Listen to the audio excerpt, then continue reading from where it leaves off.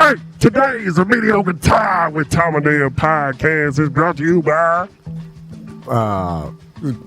Is that Leprechaun voice? Oh, okay, yeah. The leprechaun. Yeah. What'd you think of it, Mike? If anybody out Top there? of the morning to you. Yeah, That's what I say.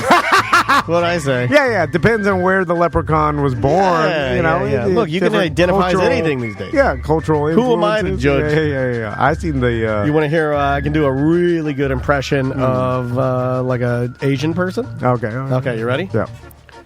Today's a mediocre time with Tom and Dan podcast is brought to you by. There it is. Yeah.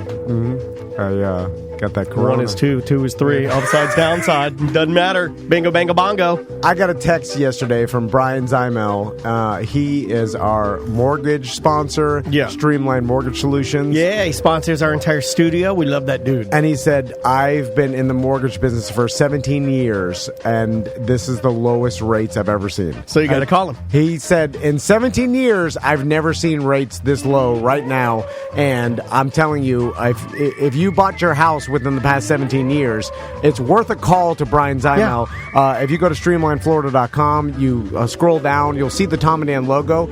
Under that, if you click on it, it's Brian Zymel's personal cell phone number. Yeah, it goes right to him. And he wants all Tom and Dan listeners, BDMs, to call him directly. And over the phone, you can let him know your information, what your mortgage and he'll payment tell is. you if it suits and if it doesn't suit. Like for me, I had to wait a little bit, but like you could refi, get a better rate, skip a payment, bank some money, do some renovations. Like there's it's just business, Like say you refi, you get a lesser payment. Yep. Maybe you take a little bit of equity out of your house to pay off your credit card. You do what I did. You go to at-home floor store, do all your floors. Maybe you had that leak in the roof, you get that done, or the car needed repairs. You got a little money for it. Or you want to buy a new car at one of our dealers.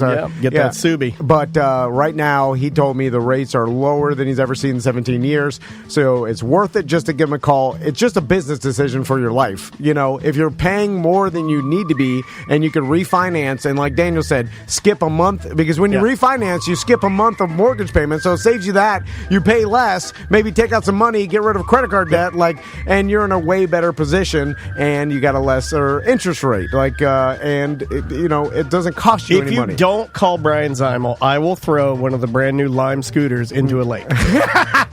Daniel refinanced twice because it was a better business decision. I needed to renovate my house, and I did, and now everything's dialed in really, really well. But it is kind of attractive to think that maybe can I get a better rate than what I already got? Yeah. If you want to ask anybody's referral, go on the BDM page, and there's a couple hundred BDMs that have used Brian already. So they're great. Streamline Mortgage Solutions is streamlineflorida.com. Live from the Streamline Mortgage Solutions studio, it's Orlando's own Tom and Dan.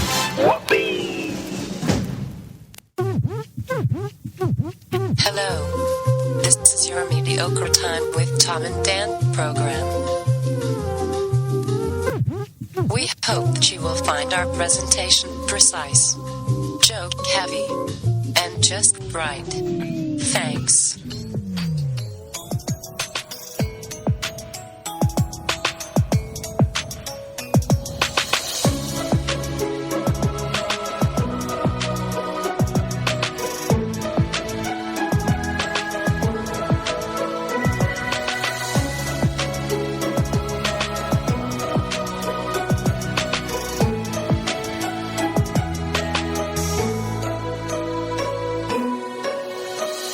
Show number 555.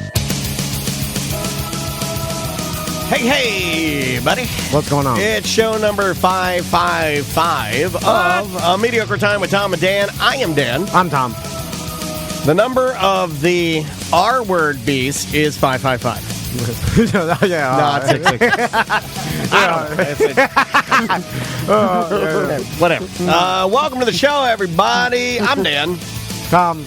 Samantha, our producer, is here. Travis Butler is here. On news, Seth Petrozelli and myriad of friends of the show hanging out today with us in studio, and we're glad to have you on this beautiful Friday afternoon. Real quick, we'll be at Hullabaloo tomorrow. Pretty stoked about this, man. Daniel and I are hosting the event. There's a bunch of local bands. Oklahoma Stackhouse, our buddies. They got a wakeboard rail jam going on all day. It's a festival-style event, so you can bring your kids, all ages. You can bring chairs and blankets. They got food trucks, vendors. Then Eve 6 and Sugar Ray are playing.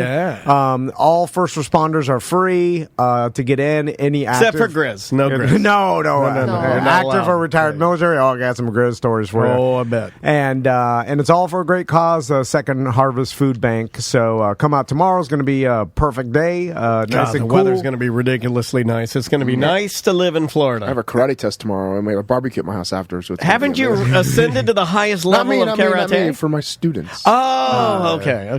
God, Are you a black belt now? Yeah, I've been a black belt. I like how you were like, are you a black belt? Like, what, I don't know if that's or something? well, I don't know. Who that's everyone's sensitive now. I hold multiple black belts in multiple. Well, don't say you own. No, don't say that. Make sure you wear your Tom and Dan gear tomorrow. Yeah, We're coming wear out your to gear. Hullabaloo. That helps us wear out. your black belt.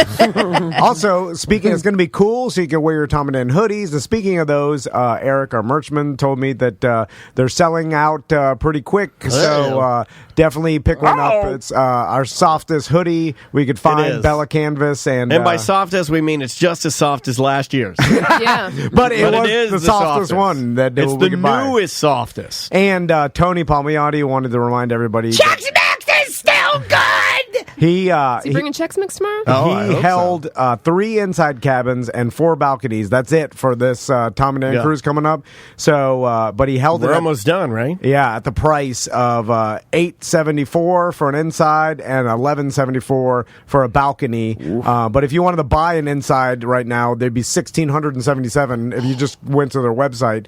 And the balconies are sold out. But Tony's got a couple, so if you want to go, he's still got the original prices on a couple. Why are you calling the show during Tom's plugs? I was just calling in to say I just left a meeting where I invested in a grow operation All right. for cannabis. How did you invest? I have asked you repeatedly not to call this line, Stephen Kramer. So, how did that come about? What'd you? Were they looking for invest? Like, what is it? Are you rich?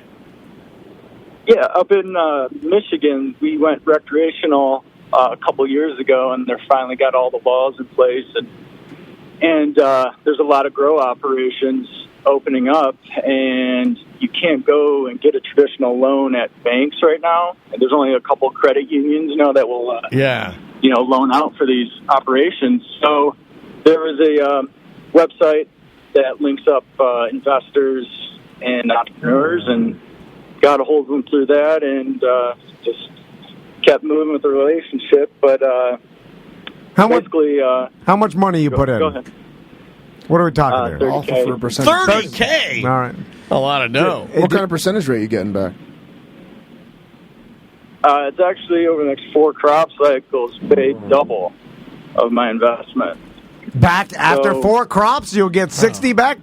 Sounds a little fishy. I mean, we should probably do that, right? It seems like for that return, they should be able to easily get millionaires to put in the 100% of, because anybody's offering 100% return on an investment, like they're not looking for measly 30K. Well, hold on. Like some guy would just be like, "All right, how much you need? $4 million? I'll give you $4 million if you double that." But I would ask, how long is 4 crop cycles?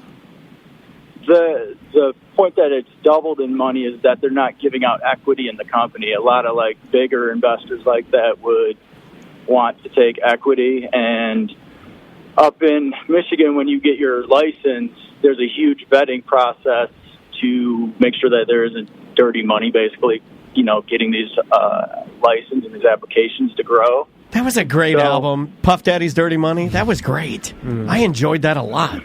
Did you have to convince your old lady to take out your 401k and Are you shaking your piggy bank? Like what? Yeah. This is I promise, baby. This is the best. We're gonna be rich. I know I took out Bright Futures early and we got penalized, but we'll make it all back. I swear. They promised. It didn't take much convincing. I do all right up here. And I have a few friends who are involved in other projects, so kind of get their advice and them along my side. So, would you invest into T&D Media? Yeah. Because I've got a plan for you. We offer 200%. I already do. What? $3.95 a month. Why is everybody going with the $3.95? You went up one. You know what? That's the second time we've heard of this you week. owe us a $4.95. Oh, you're rich, sir. You just told us you gave $30K to some scam artist. Off your wallet. Yeah, some weed scammer. Yeah, some weed scammer got your $30K and you're fucking around with a $3.95. You go to at least $4.95 or you can fuck off. I got approached by a couple investors wanting me to do the same thing with buy into another couple acres. They had a couple acres. They wanted another couple acres. Like, look, this is the thing. We're making this much. You put in whatever $20K and you can get it back in a year. And I'm like, it just sounds. Are you a BDM? Yeah. $3.95? No, he's not. He don't even know the website. I bet you. Okay, I just signed up for Twitch. I signed up for Twitch. I paid Twitch. I was like, am I supposed to do this? And I paid. Twitch! Oh, don't pay Twitch. Well, I wanted to do it to listen to you guys. I was no, never do that. I'm sick of not knowing what's going on. All right, thanks for calling, sir. Good luck with your investment. Well, fuck me. Well, you guys don't tell me this stuff. You don't ask. I don't know because I don't care. You've been on the show for 2 years. Because I don't really care. Really, at least you're honest. Well, wait a minute. I don't pay him then because he's just going to take the money we give him and do $4.95. No, every time I forget. It's like Wednesday. He's like, hey, I noticed. I mean, you notice? I don't notice anything. I'm like, how do you know? You're rich. How do you know?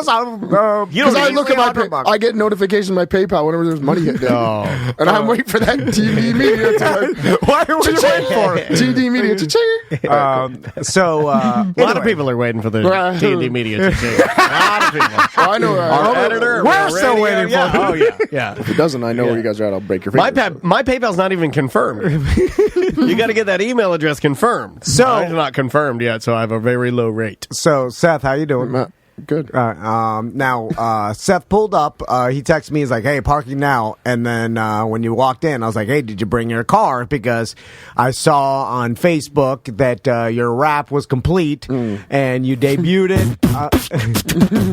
And now I got everybody. Me, Seth, me, kick, me, punch hard. I was going somewhere else with that. Punch, punch, punch. Kick, kick, kick. Look at you. You're the shit. So there's more the dance than the rap. Now I could dance. Kept waiting when I'm drunk, I can dance. When you're drunk, you really it's like Dancing with the Stars. My pants usually come down. All right, that's good. Everybody, my ball out of all the top of the part of best the thing. dancers drop their pants. Yes. Everyone knows that. Or the top ball comes out.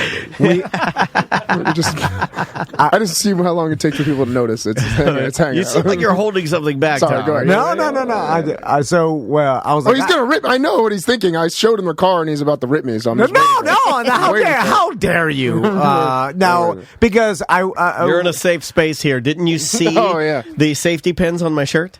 I saw pictures of it on Facebook, but the angles you took, like you didn't really debut all around the car. It was just like here's took like creative, they're teasing because I don't want you guys to know it's me and then piss on it or something. Why? I'm not okay. Not you guys in particular, just anybody in general. Like, that's definitely it says your name. Yeah, it does say my name. It has your Instagram on the back window. That takes a little bit of searching. Literally, someone pulled up, rolled down the window, was like, "Hey, Seth," and I saw really? you guys. You guys were out there, and I'm like, "Oh, this is why." Yeah. He pulled up, and then you literally go, What?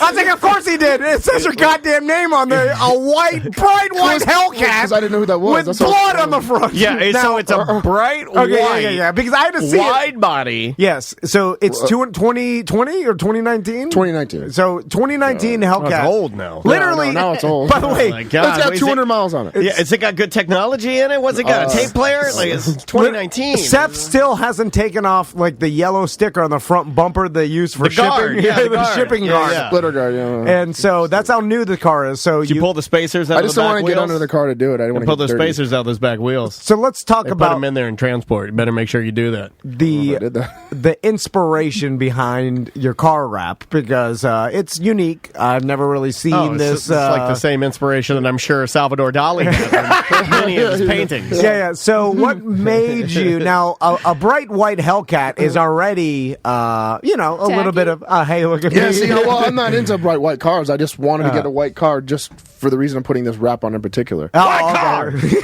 I know what I had a white BMW before and I hated it. Yeah, I felt like a it's a basic bitch. No, I was going to say something racist. But What was that going to be? I don't know. Go on. Don't usually Middle Easterners drive white BMWs. Oh, okay. Didn't see that coming. You know what? That's a new piece of racist knowledge. I didn't know. That's why I'm here to help you guys out. I didn't know Write that down. I had no clue of anything like that. Mostly in fact, I know Persians. It's a Persian. I have Rich a lot of Persians. Middle Eastern friends, and none of them have white cars. They love white BMWs. White BMW. So gold with gold stuff. Persian, Xerxes. So- in the white BMW. Exactly. So this particular wrap, let's can you explain to the audience what it looks like for those who haven't seen it on your Facebook or It looks like you hit somebody. Basically, there's blood splattered all over the car. I guess. So it's not really it's more of a blood bath on the front. There's a lot of blood. It's all it's soaked a little bit. your See, whole my front hood. my thinking was, okay, look, it's a Hellcat. It's from hell. It's a red eye, so it's even more evil. So all right, it eats people. It runs things over, and it just. I feel like I feel like you're Tommy explaining to me one of his drawings. That's how he's like, this is Tiger, this is the blood, he's He's like, I have eyelashes, and this is Daddy, this is Donald. Yeah. So, That's kinda how I feel. so the inspiration is I've always had big toys. White car, he got blood all over, and he's eating all the people. That's why when I had the Hummer, I wanted like a big Tonka truck because I don't know, it was like a Me big like Tonka truck. Tonka, and dig in the sandbox. I ain't gonna poop. So this, okay. So just envision this, audience. So for those of you who haven't seen it, you can go on Seth's Facebook page. It's on my Insta now. It's on his Instagram. It has its own Instagram. You want my new one? You Yeah. got a new one. I have one for my car. It's at what? Oh my is that the God, you're Instagram? that guy? Okay, what's your car's name? No.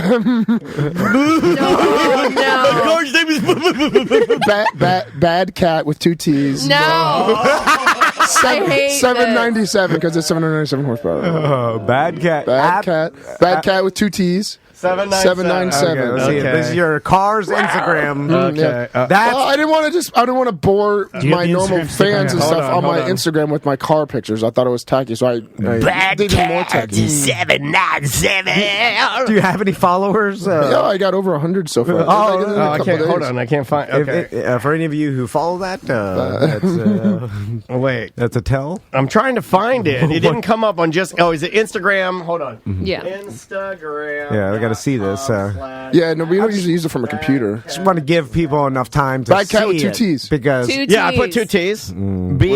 BADCATT. Yeah.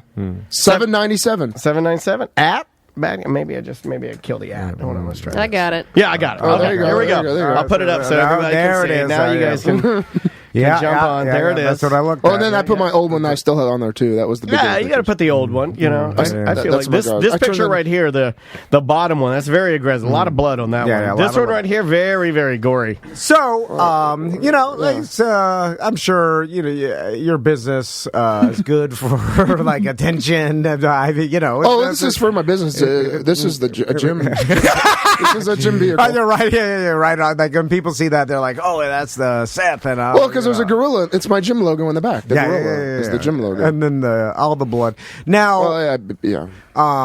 me and Daniel saw this on Monday, and I did tell Daniel, I was like, hey, look at this, Seth's car is going to be on a Friday. Maybe warn a song, and then, no. and this is like literally. This is a 35-second special. Yesterday, when I left yesterday, I left early, and Daniel's like, I didn't get the song done, but I'll get it done tomorrow. I didn't have an idea, and I was I didn't know what I wanted to do. Yeah, and I was like, What's there to do? It's just a normal it's a nice car. It's a very nice car. Don't worry about it. It's all good. But Daniel came through this morning, and when I walked in the door, he was already done with it. Yeah, I just finished I heard the buttons going. I knew Tom was coming in. I just mixed it. And so this is in honor people are liking it. of Bad Cat 797. Two T's. With 2 T's on Instagram. Also, I want to know who has the one T. It's also like titties, like 2 T's. I see what you're doing there. Yeah. Well, somebody thought when I said 797, they're like, why'd you put your age, but you were born on there? I was like, God damn it, 79. I was born in 79, so I was like, I didn't think about that. So maybe we can add this to your Instagram page. Okay. Your car has a personalized song. Yeah, and you wanted a new intro, so you ready? I didn't want anything. I didn't want any. Well, here we go. Sometimes the things you want the most are the things that you didn't want the most. Here's the Bad Cat. Here we go. Car look like tampon. What? Car look like tampon. Ha! Me car look like tampon. Me car look like tampon. Heading to the dealership to get another douche bro whip. They had a Hellcat in the color white. Let's put bloodstains all over it and the string from a kite because me car look like tampon. Ha! Me car look like tampon. The teens really like the horsepower. We got cameras in the drains of my shower. Oh my God. Most people like to call this a car. Me don't. Me call my Hellcat a vampire cigar because me car look like tampon. What? Me car look like a tampon. Ha! Me car look like tampon. Me car look like a tampon. God damn. Wait for it. Karate. I liked it until you added that in there, man. Now, sounded like you don't have to Cookie bring Monster my singing. good stuff into it. Karate is important, to all of us. Based on Daniel's song, did you ever think for 1 second, like, hey, white car? Well, you said I didn't think. To be quite honest, I didn't think about it until I go, hey, did you see Seth's car? And Tom, just with no flinch, he's like, you mean the tampon? He was like, cacao. No, besides, I did actually think of a car. I did ask my girlfriend, do you think it looks like a tampon? I had so many lines. I had a voice. I'm down with a. Like I haven't started my period. I've had my Joke of the day. Jesus. Pizza party! That's a pizza party. That's a pizza party. But I mean, I've had my Red Wings for a while, so it's Oh my God! damn it. Yeah, I can't do that. That's exactly what your car would say. And I'm glad you got Animal to sing that from the Muppets. That's great. No, that's Cookie Monster. That's Cookie Monster? That was Animal had sex with Cookie Monster's son. All right. A vampire cigar? What the fuck is that? I don't know, but it made me laugh. A vampire cigar. Blah, blah. That's Daniel's old dad joke. Humanoid.com. That was Daniel's dad. I like that plug. Yeah, I typically. Oh, wow! I like that plug. I bet you do. Yeah. 2 pizza parties. Yeah, it's like so many parties. So, a couple things. Last night, You gonna get serious, bro? No. Last night, I got AIDS. Let's serve him right. It was the Grizz came into town, and his wife and his sons haven't seen him in a while. Yeah. So he was staying with us for the past He couple makes days. cute kids, man. Those kids are adorable. And I started yelling at him about something. I'll tell you in a minute. But first, it was Tommy's 100th day of school This today. dumb thing. Yeah, and I didn't know this was a thing. You dress up like an old man, right? When did they start doing this at school? I don't know, but they do a lot of these things, and Yeah. I think the It's like theme days. Yeah. And so for his 100th day of school, he had to decorate a white T-shirt with 100 Blood. all over it. 100 of something. So he Nerdcat 797. 100 of something. Yeah. What, glue 100 macaroni? something like I thought, because I know a lot of kids are dressing up like they're 100 years old. That's what I thought. You were is going that? with. That's why I kept saying, like, I've seen. Did I get it wrong? Oh my God! What did you send your son to school His in? son's covered in macaroni, and all the other kids are dressed old. And he's Dude, That you nerd's fuck got it up? macaroni suit on. Get him! did you fuck it up? There's a bunch of kids dressed like old people beating beating up a macaroni soup. They're punching his macaroni up. He's like, my dad told me. You're punching my rigatoni. I don't know. This is what my wife told me. Like, he's got to do the. So, oh my God. So I was put in charge last night. Wait, is Seth still bullying him? Is that still open? Is that still fair game? Oh yeah. Huh? So remember we remember the Tommy? He actually got a new pair of glasses. Because he had little kid glasses, the ones with like a band for a long time, and they were small. So as he grew, now they're adult nerd glasses. Like his glasses were too small, like a tiny little Benjamin Franklin's. and then everybody, and they're like $300, and then everybody's like, he's got baby's glasses on. Get him to adult, and I'm like, they're $300. We don't want to play with you. You're writing your almanac. Your macaroni Benjamin Franklin. Get him. Did the glasses get thicker, or did they get more powerful? They are. Is his eyes getting worse? Or? No. Don't invite him. That's Ben Roney. We're in a whole vision therapy thing now. Vision therapy. That's a whole thing. It's a new racket. I paid as much as my old boat for vision therapy. Oh my God! Shoot it with the dog laser. I know it's a lie. They ushered us into the finance room where they have the candles. Candles. Oh my God. I had a doctor. We're about to fuck you real hard. If you don't do this, you could have like a permanent lazy eye, or they scare my wife, and she's like, "Oh no, can't have that." I'm like, all I'm waiting for is like where. They kind of prey on your fear, and then they're like, "Now, please, see." Lazy would be hilarious. Lazy just gives him some character. See Susie from finance, and we're sitting there with like a dark room. Does it make you feel weird if you go in to see? Here's the number of what do you like? Does it make if you pay all at once? It's a discount. It's like, I bet there is. Is it weird if you go into finance and Susie slides the paper over and she's got a lazy eye, and you're like, wait a minute, she's kind of hot though. Besides that, yeah, you're like, you didn't do it. Anyway, so he decided to do 100 dots of those paint things like Crayola makes that like a dot stamp. Yeah. Those are for bingo, old ladies. Yeah. But nothing like 100 sticks though. Oh, you should have done 100 sticks. So we have an art table like 10 different colors of these dot sticks, and so he's like, I'm gonna put 100 dots on the shirt in different colors. So I'm like, okay. Now, meanwhile, I don't see my friends too often, my Miami friends, and the Grizz lives up north now somewhere. Don't know, but Virginia, I think. So then I wanted to get it over with. I was like, all right, 100 dots. And then Tommy's like, all right. Takes the cap off one. Oh, it's so slow. Puts the cap back on. And then, of course, all right, cap back on. Green. 2. I'm like, no!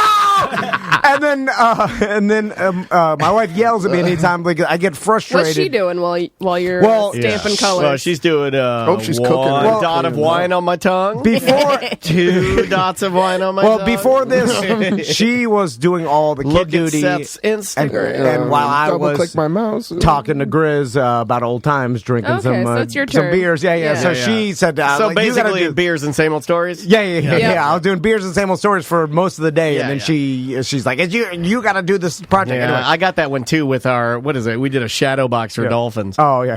That's fun. Yeah, I did the whole thing. So he's going so faster that way. Painstakingly slow on this dots. Did you ask him, let Daddy help you and just start... I want to double fist.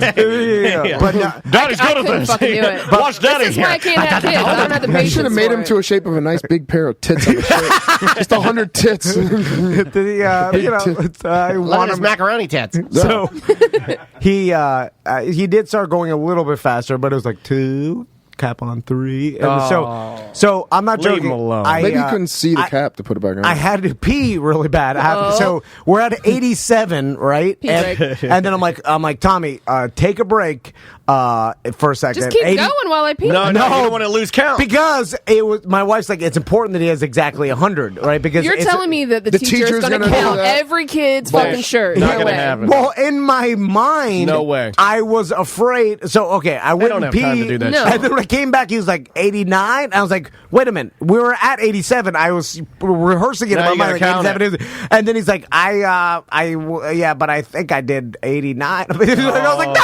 Oh, Jesus. And then I'm now looking you know how Samantha feels. My God, you were playing the part of Samantha. You're like, whoa, where are we at here? And you were like, when I went to go pee and I used the slider so you don't walk in on me, and I'm peeing and I come back and you were on 87, now you're on 89, but I was gone for 5 minutes. So this something's fucked up here. It's not on the calendar. It's not on the calendar. You should have spanked him and sent him to bed with no food. That's what I would have done. So I was like, wait a minute, stop. And then I was like, he doesn't know shit. Now, I'm not exactly sober at this point. I'm embarrassed to admit it. We're never exactly sober. When are we? I'm embarrassed to admit it. I got, a couple third gels or whatever, like a White Claw Grizz. It's a party. And, it's a party. You're doing homework with your child. I'm not wasting in front of my kids. I don't know what the thing. So anyway, then I'm like, wait, hold on. Let me just count them real quick because I'm paranoid now. Yeah, but you can count. I can count, but I'm paranoid that the teacher is going to be like, there's 98 of these. Cut his feet off. It doesn't work. And everybody else is dressed like an old person. What is it? Why do you have all these dots on your shirt? 98 dots. You didn't even get that right. Thanks so much today for our all of our old people that dress up and to 98 dots, man. Me and my wife are ultra paranoid that our indiscrepancies and bumbling. We are very concerned about the indiscrepancies of our son in the 99 dots. And it affecting our child's, school and, because... you don't want to... The vans, the vans. I know the vans. Yeah. So... Anyway, I was like, fuck it, I'll just count them real quick. And then I'm like, 1, 2, 3, 4, 5, 6, 7, 8. And then I'm like, oh shit, because they're random. They're not in a goddamn row, so I can go row to row. Oh my God. And then I'm like, fuck! 1, 2, 3, 4, 5. And I'm not shitting you. How long did you count the shirt? I got to, I was like... 2 hours later. 88. I counted 88 after about 20 minutes. And then I was like... Oh my God, 20 minutes to count to 88? The problem was I couldn't, I was putting my arms above the ones that didn't count and trying to... Look, Tom, you're a logical man. Yeah. If it was that hard for you to count those random dots, you think a fucking teacher's going to do that? Well, with all the other kids? After 20 minutes, then I started to think that myself. Well, you got it. But I'm paranoid that they're going to be like... The key is he wasn't sober, so he wasn't thinking straight. He wasn't thinking logically. You got double. As you got more high. There was actually like 44 There was 44. I was just thinking, there's 44 dots, and he's like, 88. As he got more high, he cared less, which is what happens. I mean, you get paranoid. Like, that's how the paranoia works. You get paranoid, and then you go, that's not going to happen. So then you're all right. Then I went back to arguing with the Grizz, and I'll explain my new theory that I have. Why are you arguing with one of your best friends? Because that's what we do. And so I have this theory, and tell me if you guys agree. Okay. So my theory is all groups of friends, right? You hang out with people, whatever. Yeah. And as an adult, everybody has different careers, right? Sometimes you work with the people you're friends with, and you have the same career. But most of the time, all your friends have different jobs. And they're this person, that person, whatever. But to me, it's up to all friends to bring some sort of advantage of their careers or some sort of thing it's based on their career. You bring a gift to the table of friendship for everybody to enjoy. You see what I'm saying? That's pretty shallow. That's very shallow. Sure. But That's shallow. So do all of us, if we were to consider ourselves friends, which I would say we all consider ourselves friends, yes. We should all bring, we should take our profession, and then whatever we do. A friend should benefit from our profession. That's all I'm saying. It's like that doesn't sound like a friend. So you're a friend, I'm a friend. All of these people benefit from us. Yes. Yeah. Well, I made the argument because that's what the Grizz said. You never gave me shit. We're arguing back and forth.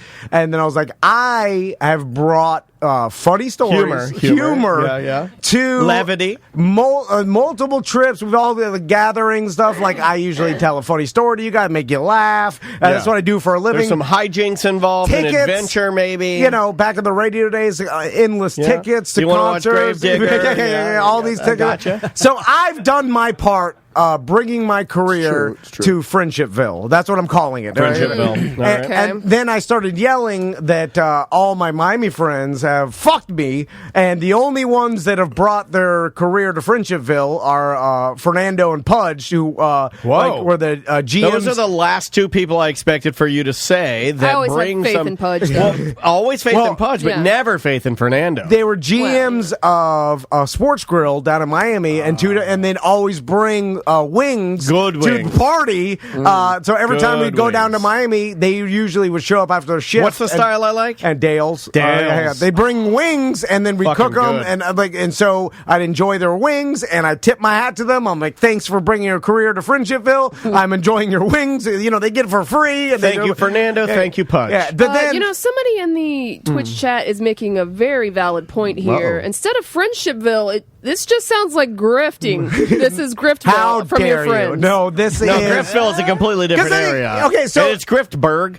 I'll even give Seth credit for bringing his career to Friendshipville because what's he bringing to the table? If I was fighting still, he can get all the side pussy from me. I've never heard of side pussy before, but I don't know if that works. That's weird. Yeah, just being around you and the girls flocking. Like I feel like it worked the other way too. Like when Tom was fighting, and I really would have fucked this fighter, but I'll definitely fuck Pudge now.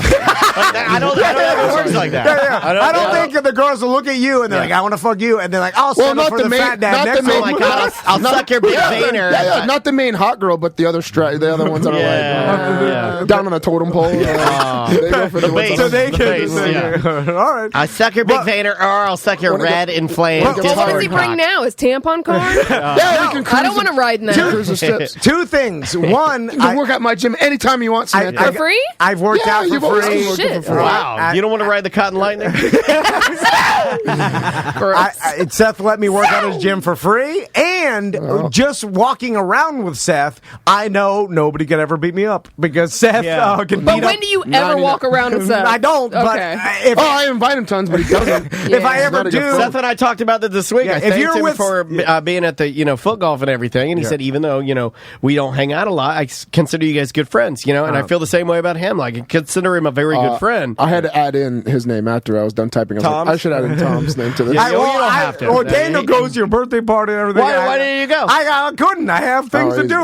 He had nothing to do. He came to my birthday party. Just saying. But he didn't go to your wedding. Friends. He did not go to my wedding. I went to everything because I didn't have anything to offer him at the time. That's why. Yeah, he only uses people. You're right. How dare you? Opportunist. No, you're supposed to hook your friends up with stuff. What does Butler bring to Friendshipville? Friendshipville? What do I get out of this? Beer, nut butter, and toilet supplies. All right, toilet supplies, nut butter. So nut butter. So I was yelling at the Grizz because, so my buddy Joe's a firefighter, right? Yeah. And the only two things that he's done, he's ruined it. One, he got a bunch of IV bags one time from his job, and we went scalloping in Homosassa, and then he convinced me, he's like, hey, get as drunk as you want. We'll give you an IV, and it'll rehydrate you. You'll never be hungover. I was like, great, this is awesome. So he had a bunch of IV bags, but the problem is, I was like, he's like, you got to do it while you're at the height of drunkenness. That way, when you go to sleep the next day, you're hydrated. Yeah, you know wear off. Yeah. So, but he was at the height of drunkenness.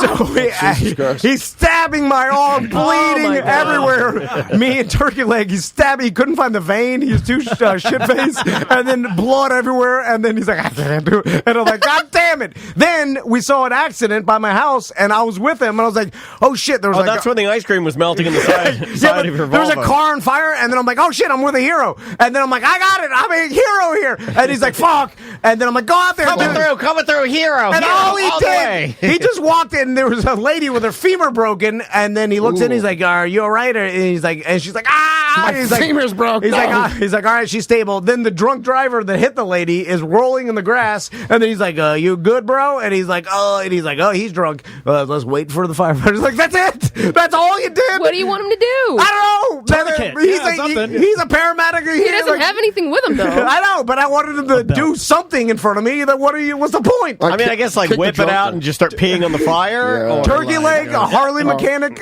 never fixed shit. Go somewhere else. I don't believe. Never even. You don't have a Harley. Really? No, but no engines. I don't believe that Nothing. Turkey Leg, not to pile on, but I've never seen him fix anything. I've never seen him ride a motorcycle. I don't believe he's a Harley mechanic. I think that he gets up every morning. I hope he's listening to this. And I think he goes and he cheats on his family with another woman. Oh, my God. That's what I think he does. I've never... I think that's what I think he lives a double life. I think when he says he's a Harley mechanic, I think he lives a double life with a whole other family, and then he comes back and then he lives with family A and family B, and I think because I've never seen or heard.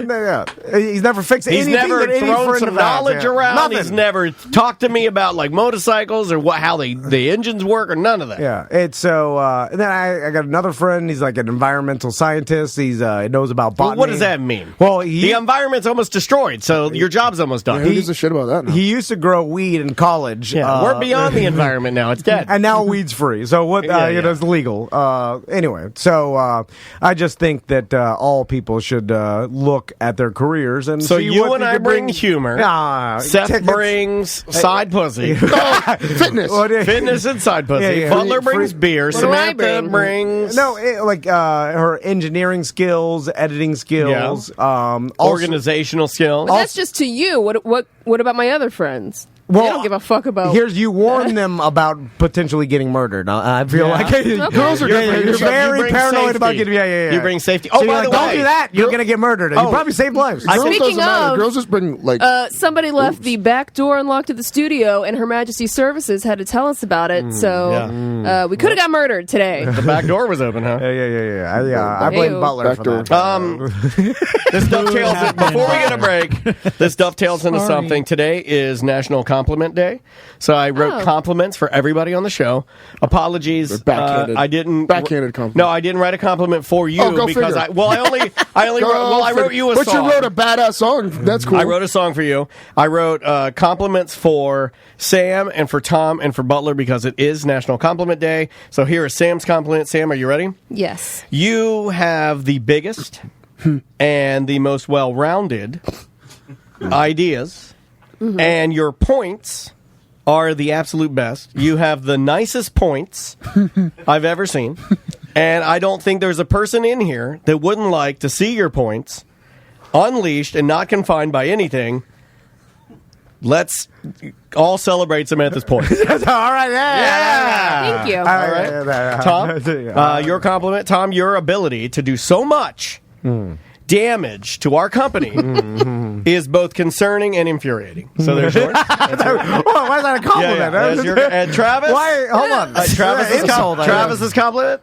I like your shirt. Okay, there you go. That's it? That's it. There's a National Compliment Day. It's kind of like a compliment sandwich. Yeah. I don't know what that means. Something nice, something bad, something nice. It's a sandwich. So one last thing too, and I was we're gonna talk about Amanda Knox coming up, but I'll bring this up because I was talking to the Grizz about this morning. So remember Amanda Knox? Well, because the story that you were going to talk about reminded me about how this is in Italy, the justice system fucked her, but we talked about it like earlier on in ACT, and I was like, do people still get wrongly convicted or whatever? Yeah. And I was like, it seems like it shouldn't happen as much anymore because of technology and stuff. But I forgot how inept the justice system and the government, how flawed everything is, and backed up, crowded, and simple mistakes could ruin people's lives. Overworked. So I've talked about this on the show before, but back in the day when we were in college, the Grizz got his brother's boat up here. It's like a 14-foot Bonita, the ski boat that we sunk in Lake Toho down in Kissimmee. I've told the whole story. Yeah. Anyway, then after he sunk it, the lake cops came and pulled it out. Then there's beer, but so the Grizz ended up getting a $50 boating without a license ticket.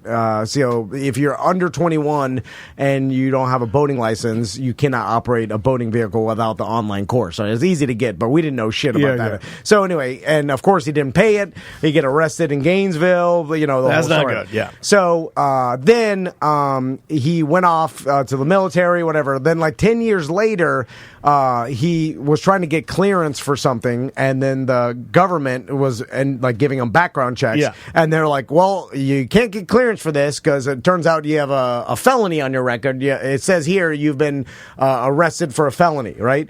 Because they accidentally typed it in that his like failure to appear was a felony arrest. Okay. It was just literally for a failure to appear for a $50 boat ticket, right? Yeah. But they put it down as a felony arrest. So then he spent the next 2 years with attorneys and trying to get it that felony taken off his record because it wasn't real. It wasn't correct. Yeah, it wasn't right. And so finally he got the felony taken off his record because they're like, I'm sorry, whatever. But it took he said he had to pay a lawyer $2,500 to go to court to fill out the proper paperwork, whatever.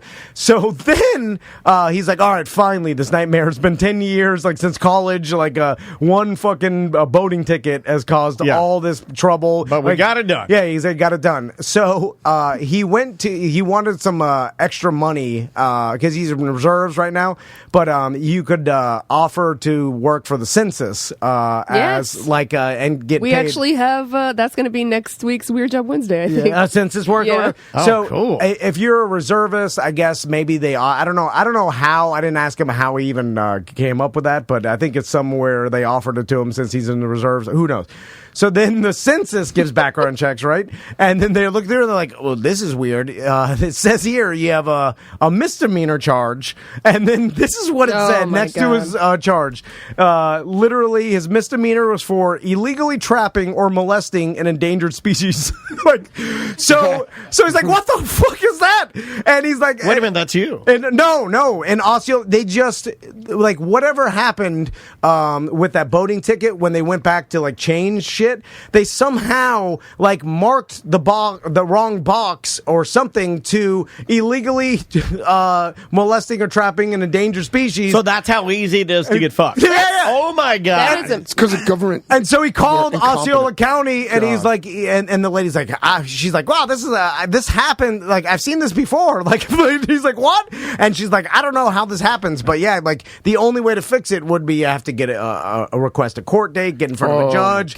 Fly back down here That's in Virginia. It's a fucking money scam. But by the goddamn government. What I said, it was that sounds worse than just being arrested for a felony because now what kind of person illegally traps or molests an endangered species? Not endangered, but we got caught for lobsters, illegal, small lobsters. We got busted for that. Yeah. Well, that's a little bit different. That we could were be told something. That could be We're fishing off a man-made. Yeah. I mean, it sounds like Grizz was trapping monkeys and then butt fucking them. That's what I'm hearing.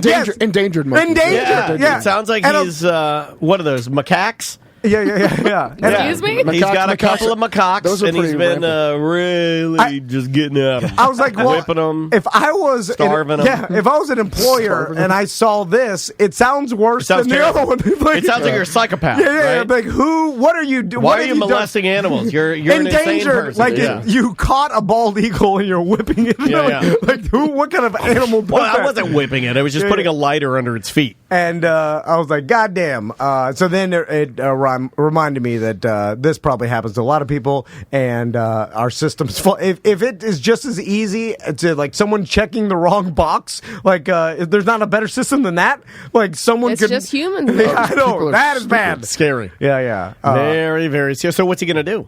Well, he said it's not even worth it. After 5 years, and it's been 5 years, you don't have to disclose misdemeanors. So he's like, it's just going to be in my record forever because I'll never have the time to do all this and fly down. Can he still do the census thing, or? Yeah, because it's not a felony, then But I told him, I was like, why do you want to? He's like a yeah. Yeah, it would bother me. Yeah, that would really, really bother me. Because if you see that, you think differently of a person. Oh, right? Yeah. Because you're like, what did you do? I don't know if I'd be able to do that. If I was him, I'd just come up with an elaborate. I would just come up with an elaborate story where he got set up, where he was trying to free a manatee that was getting molested from an evil guy, and he got caught in the process thinking it was him. And so I would just come up with some crazy ass story. Why don't you that's how they think you're crazy. Tell the truth. So get this, me and Spider-Man, we're fighting Killer Croc. And they're pretending to write something down. They're shaking their head and just looking at the exit, like, where can I get out of here? I live in a cardboard box.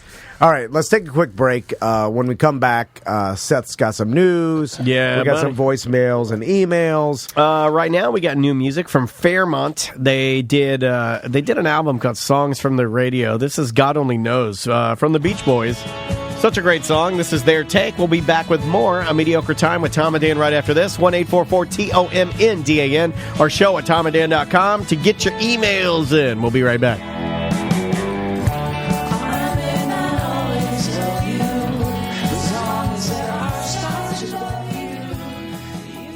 Hey, you like sports? Mm-hmm. Do you like sports Subaru? Yeah, see what I did there? Yeah. See what I did there? What about Sport Mitsubishi? You know, I had a Mitsubishi Eclipse that I really, really liked. Yeah.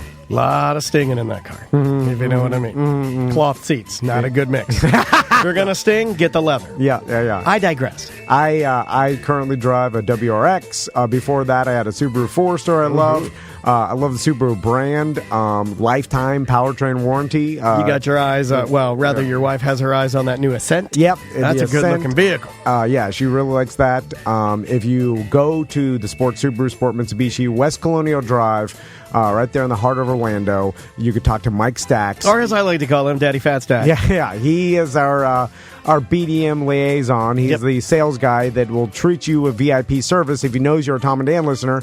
We got some Tom and Dan license plates. Put you like 6 steps down the road. Yeah. Like because he already knows, what your kind of your vibe is, and you do too. He's a BDM, he's on the page. Yes. So it breaks that almost that little breaks the ice a little bit, get you in there, get you moving, and hopefully get you in that car you want. We're not just talking to a stranger. He's already he wants to get you the best deals. So you go on the BDM page and you're like, hey, and then when you come in here, because if you buy or lease a car, pre-owned vehicle, you get to come in and watch the show. Come on in, get some White Claws, sit, watch the show, hang out. You tell us like, hey, I had a great experience. Like that they don't want you to ever have a bad experience. That's why it pays to go and use our contacts over at Sport Subaru, Sport Mitsubishi, or Don Mealy Chevrolet, JC Harrelson. You want that Corvette, you want that truck, that Chevy truck. I drive a Silverado. I bought my truck from Don Mealy Chevrolet. It was a great experience. They'll hook you up as well. Am I too young for a mid-engine Corvette? No. There's one in Baldwin. Your peak age, right? There's one in Baldwin? Yeah. Oh, it's nice. Yeah. It's so nice. So if you want to go to either dealership, if you buy a car, they text me your number, and we get a hold of you. Yeah. You come in and watch a show. Not a BDM member, sign up and be a BDM member. These are some of the perks that you get if you need things. I mean, you go to our clients and you straight up tell them I'm a BDM. That matters to them. They like that. Yep. Don Mealy Chevrolet in Claremont, and then Sport Subaru, Sport Mitsubishi, West Colonial Drive in the heart of Orlando.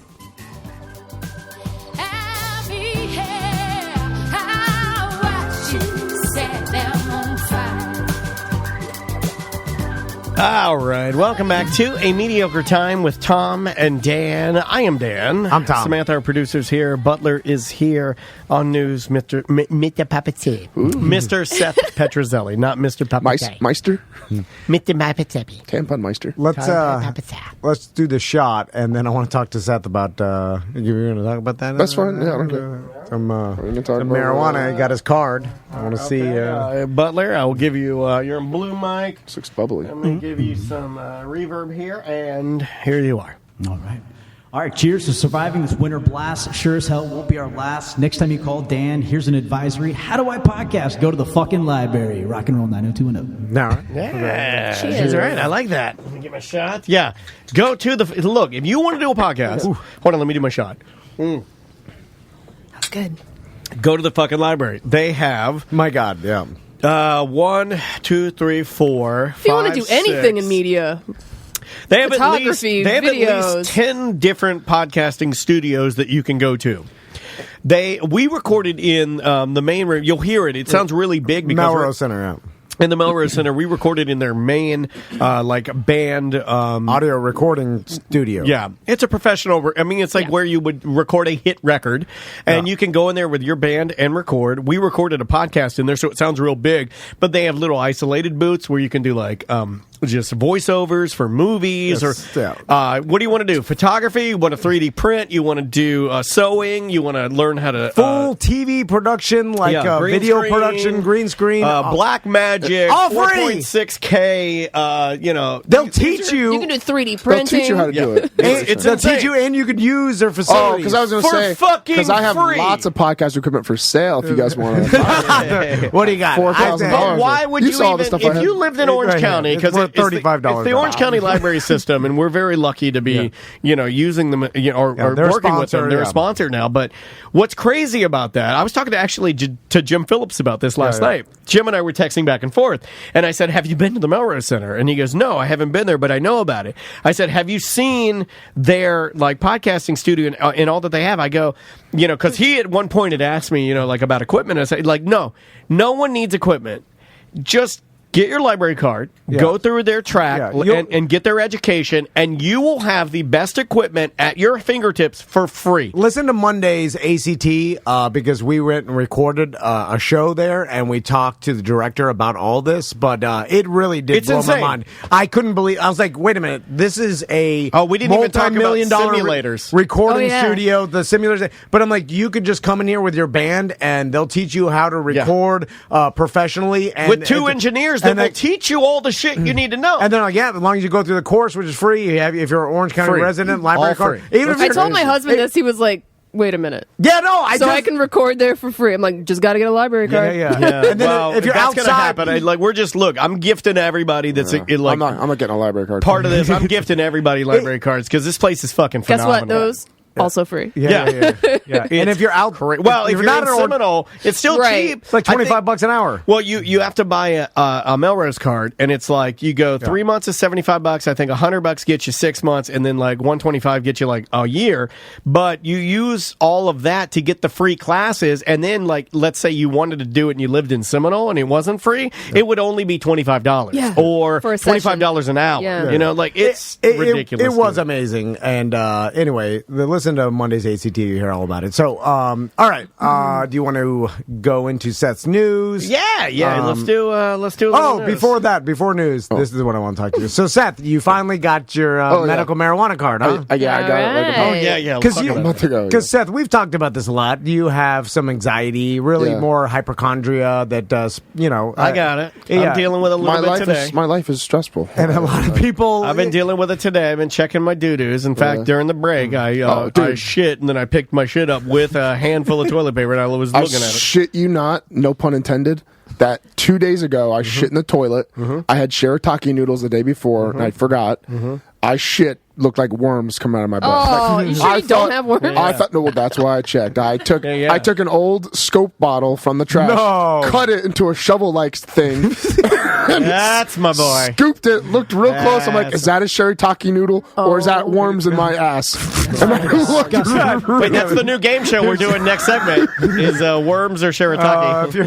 And I came to the conclusion that it kind of looked like a shirataki. They weren't moving or alive or anything. So well, they'll die. It must be a shirataki. So well, your stomach acid will actually kill them. Yeah. I hope your girlfriend's like, my boyfriend scoops his doo-doo with a scope bottle every day. My boyfriend scoops his noodle doo-doo and thinks it's worms. I think the scope bottle's still sitting in there too. No, in the trash. In the trash. Oh my God! I don't know. I love it when you scoop your worms. Let me suck it. If you want rich buff guy scoops his noodle doo-doo. Noodle doo-doo. Average Joe.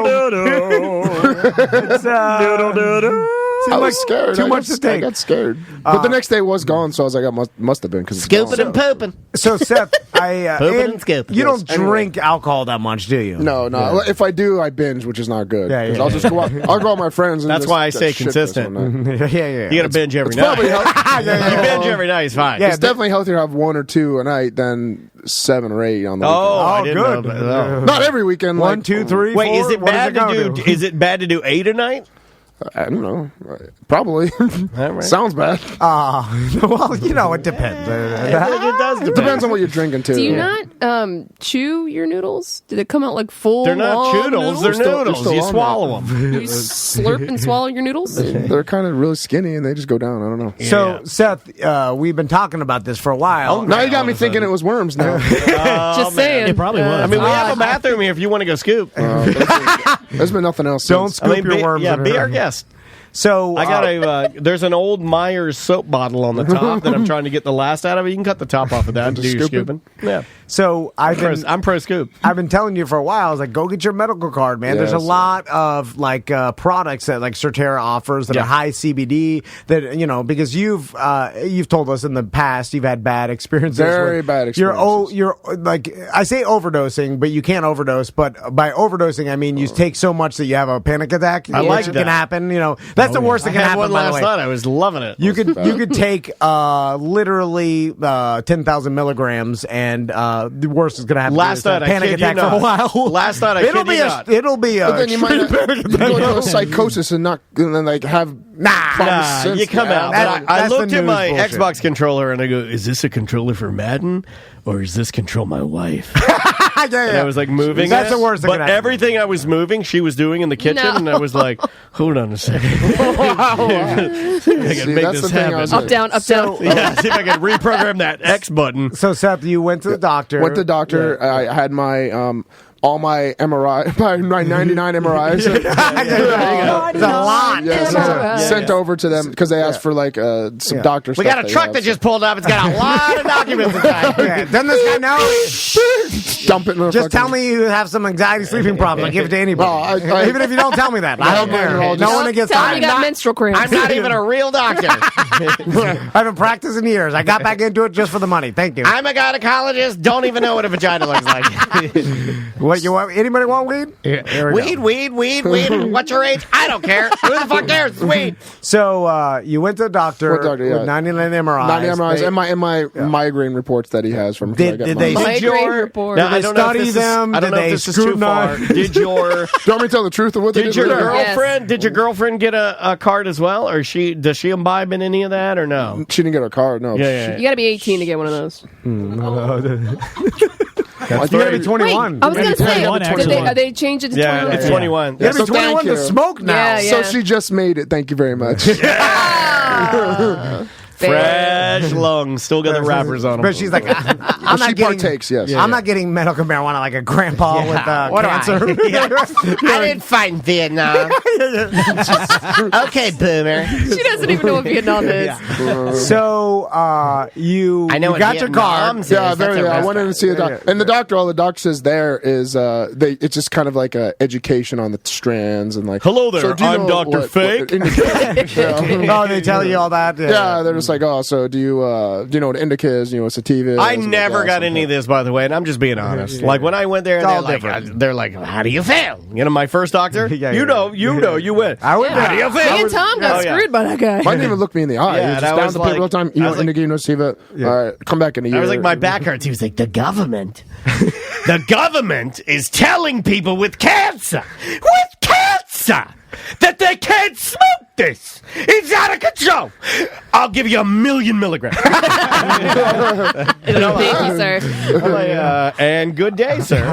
By the way, I don't check mine, and I have no idea like how many milligrams are in each product or whatever. So I got scared because I've recently been buying quite a bit. And last time I Yeah, went to because they say Certera, things. They go like, "You've been dispensed." I'm like, "Doesn't matter. I got 1,000,000." Like, I But mean, they give you dispensed, 17 I only used 2 grams. You gave me 1,000,000 grams. they gave me 17,000, and I was like, "Wait a minute!" Like maybe I burned through a lot of those. Like, Wait, how I many- didn't get any of that. I can go as much. That's not on my. Yeah, They have to. give, They have to. they give you. I didn't see that. Yeah. It's so Oh, where much do you see because that? I mean- asked. I was like, they're like, well, in 2 months you You got to can re-up, log in. and I guess I you have never- 10,000 more milligrams. I'm like, God damn! I'm like, I only went through 7. Like it seemed like I went through more than 17,000, but it's a lot. I Anyway. barely even moved the mark on mine. No. So you got your medical marijuana, Yes, yes, and then you opted for the bud right off the bat. Man, right? I wanted to be right away cool. So No, I also got Wait, did I get? No, because they don't have edibles in Florida, so you can't. They have pills. They They have have pills. pills. I don't. Yeah, but I don't like what that do idea of taking you want a pill. gummy bear? Like, no, Why get do you a want pill. that? Wait a minute. I take so many pills a day as it is. I don't want more pills. It's just THC that you swallow. Yeah, but that's what fun is that we're sitting around a fire. What fun is that? Sour Patch is fun for like what, 5.5 seconds? It's fun Not for even. babies, and I don't want the goddamn sugar. Anyway, they have. So, but I understand that, but I don't know. So you're a health I think it's way more natural. You don't need sugar. I think it's way more natural to candy's have more a attractive to flower the than children. all the other bullshit. I don't know. That's just me. I'm surprised with you speaking. You're still smoking. That's it, what I'm so- saying, yeah. Well, I'm vaping it. Yeah, it's fine. Still, it's still getting in your lungs. But I honestly, I think that my lung capacity, like I did cardio the past 2-3 weeks after I've been smoking it, and I feel like my cardio is improving. To be honest, like I feel like my lung He's capacity's drinking the improving. juice, guys. Got the weed lungs. God, I should have brought that. Juice. Drink the juice. But I do cough a lot. I cough a hell. I'm not used to it. I got virgin lungs for sure because Now- I'll take one hit. Now, what you were afraid of is your anxiety being pegged by Well, the yeah. marijuana. So I start off. What I did was He's a high hypochondriac in a tampon car. I got a new song I'm writing. Hold on. So what I did was my sponsor, Space Coast Botanicals, who gives me the CBD weed. That's all CBD. Oh, I like them. They followed me on Twitter. Oh yeah, really cool guys. Yeah, they're very nice. So I took like a little nug of that, and then a tiny. When I first started, a tiny nug of the stuff that I got from there, Yeah. and then grinded that up, and then I smoked that, and I was like, all right, I feel okay. Nothing's bad. I'm not freaking out right now. I feel okay. So each time I did it, I added like a bigger and bigger nug of the real stuff and less CBD. Yeah. So the other night, I smoked an entire joint of pretty much full THC. Full You THC. smoked a joint? What are you, my stepdad? Smoke a doobie, bro. and I was like, fucking, even before when I was smoking, I didn't freak out. I'd laugh, like I laugh at everything. I laugh at anything. So I started going like really bad to the point of like hysterically laughing where I couldn't stop, and I tried to stop and I couldn't stop. Then he got in his head about not being able to. Yep. I can't stop laughing. I got worms coming out my head. So I started getting in my head about I fucking can't stop laughing. I gotta make myself stop. So I tried to like shut my mouth hard and like. You got a case of the laughing worms. Wait. Right out of here. You got laughing worms. So then I just went. Did you think you had psychosis? A little. I started thinking in my head. I was we gotta get high with Seth. I thought it was- podcast. We're doing a show. I thought it was manic. We gotta do it. I thought I was having a manic BDMs episode. only. Yeah. Let's do it. BDM only. Seth, Butler, Sam. Now you have to have your Tom, medical We card. need to be in a safe place. Are we doing it here? medical card. We bring our own stash because that's the legalities, and we all get. I mean, I want to get Blast to the moon. blazed to the moon. Yeah. And we fire this Record a thing show? up. We do 1 full hour BDM show. All right. The worst part of that though at night because I calmed myself down. I thought it was starting to come down from. I laid in bed, and then my girlfriend's dog was there, and it makes a lot of noise when it tries to sleep, like like the hot panic. And I was bored. like, and I fucking thought every time it did that, I heard Seth, what are you doing, Seth? I fucking started dog was talking to was you? fucking saying when I started sweating, I was like, fuck, I'm just freaking out right now. It's not really happening. Like I go into like a psychotic state sometimes when I smoke too much. That's what it sounds like. I don't listen to that actually. So anytime You had 10 puffs of a skinny joint, and you. No, I wasn't serious. It was fat. My buddy was. And you thought your girlfriend's dog was talking I to you. knew it wasn't, but I just heard. Did Did you tell? It's when it embarrassing. Did you vocalized- tell your young girlfriend that you're panicking? I said, hey, did you hear that? I know. And she goes, your dog's talking to me. I told her the next. Oh, your day. dog's in the bathroom eating my butt worm. He's this close to being Aaron Hernandez. I told her the next day, and she thought it was. She laughed at me. And so Oh, no Heron. Yeah. Hernandez. And you got a surveillance system too, don't you? Pull the video of you yes. freaking out. Well, The I was video's gonna be laying, her so all you taking- saw. So there's a video of you using a scope bottle to scoop your worms. No, that's not in the bathroom. I got busted a few Exhibit times A. in the bathroom, so I took it out of the bathroom. It was too creepy in the bathroom. He's scooping You his got poo busted a poo. few times for cameras in the bathroom. I didn't get busted. That's what you said. I They don't know. That's what I heard. Well, what I meant to say, I misspoke. says I got caught in the misspoke. Let the record reflect. Yeah. No, I've had. You had a I've pee-pee had- cam? No, I didn't have a pee-pee cam. Gross. I just had cameras everywhere, I and put- I I put took it that out because line- I was like, I don't really need because I have a sliding door where my bathroom is, so in case people. break in through that sliding door in my bathroom. It's there to catch them. No. But I looked that's what I tell my wife. I was like, I also have a finger in your butt. I have a skylight that's over my shower. In case someone steals the toilet, I can see their face as they pick it up. Caught you! I caught you red-handed. So I know you motherfuckers aren't going to steal any more of my toilets. One time, this girl that I had over, she knew I had a camera in the bedroom, and I didn't have any in the bathroom. Okay. But she went in the bathroom, and I have this little like stone owl that sits there. Well, it's just it's decor. It's the bathroom owl. It's hollow, so he puts his face. Like an old spooky haunted house, like the eyes turn into real eyes, like the haunted mansion pictures of them. Damn it. I came in like that night, and the owl was turned around backwards. I go, why did you turn that around? She's like, well, I didn't know if it was a camera or not, so I turned it around. Everything's a fucking camera. I turn cereal around. I turn the coffee pot around. I was like, turned your pee-pee owl around. It's a giant stone owl. There's no way it's a camera. But I understand where she was coming from, so I didn't get really mad. So you were like, you know what? Understood. You have a good point. So it's a good idea, actually. Seth, you got some news for us? Let's do some news. Well, there's somebody at the door. I don't know why. I mean, all of a sudden, Butler. Am I legally parked? Handle that. No, I don't know. Anybody. I don't know what's happening. Somebody ran over something. Yeah, I don't know what's happening right now. There's like Is that blood real on your car? I always like to see an exchange of what's happening right now. Butler's talking. Butler's talking and talking. Does he have a gun? What's happening? Oh, it's EMS. It's EMS. Oh, all right. Somebody's calling me. It's a scammer. No, all hell's breaking loose. Are we doing news? Yeah. All right, here we go. And it's news time.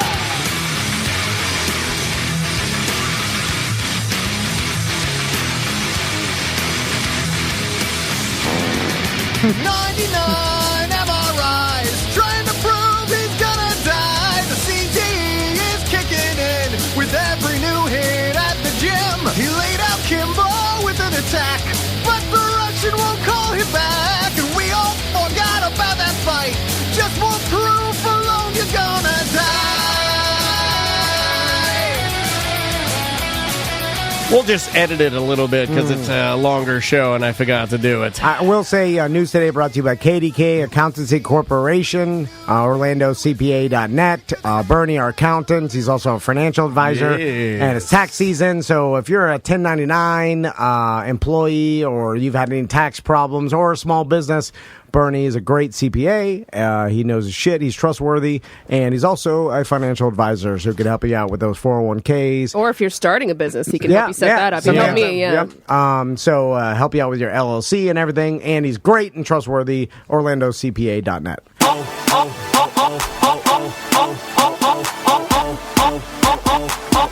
Oh my God! First story. This is interesting to me because I don't know why they would do this. I don't think the times and the age of our times are that bad right now. The Doomsday clock, you all know what that is, right? They move it forward? They moved it 100 seconds to midnight, which is the closest point to nuclear annihilation since the Cold War. I think that's fair. Yeah. What? Yeah, I agree with that. Yeah. Hold on. What is the Doomsday clock? Things are pretty spicy, you know, like Iran is enriching uranium, and we're pulling out of treaties, and shit's all flying around. And again, not laying my political beliefs out there. I'm just saying there's a lot going on. There's a lot going on. There's a lot of countries that want to, spice things up, so they have more. What do you call that? Leverage, right? Fake news. Well, what is the Doomsday clock? The Doomsday clock is like it's a symbolic clock that the world uses to see how close we are to actually having like a nuclear war with everybody, like a world, like a humanity crisis, world war, like end of the world. No, I agree with Juan. Juan said Pakistan is the more worrisome situation. I would agree with that. Yeah, anytime you got random countries and with nuclear weapons and like shit getting tense, and we don't fully understand each other, and we don't want to fully understand each other, and that's a fucking problem. Cultures just don't mix. Everybody's worried about that. Agreed, but no, he's right. I mean, you're not going to see eye to eye. it has nothing to do with. But I think you need to. I think it's important to try and understand. You know, I mean, it's kind of like Tom's idea about like not blocking people that disagree with you on Facebook. It's like it's always good to try and understand the things that you don't fully grasp. I think that makes you wise. Does everybody feel like it's kind of one of those scenarios where like an old Western movie where everybody pulls out their gun and is pointing their gun at each other? That's the old butter battle book from Dr. Seuss. That's how I think of it. Well, and then you're just waiting like for Reservoir Dogs. You know that ending. one, like a glass falls, and then people think it's a gunshot, and then they just start shooting each other. You're like, no.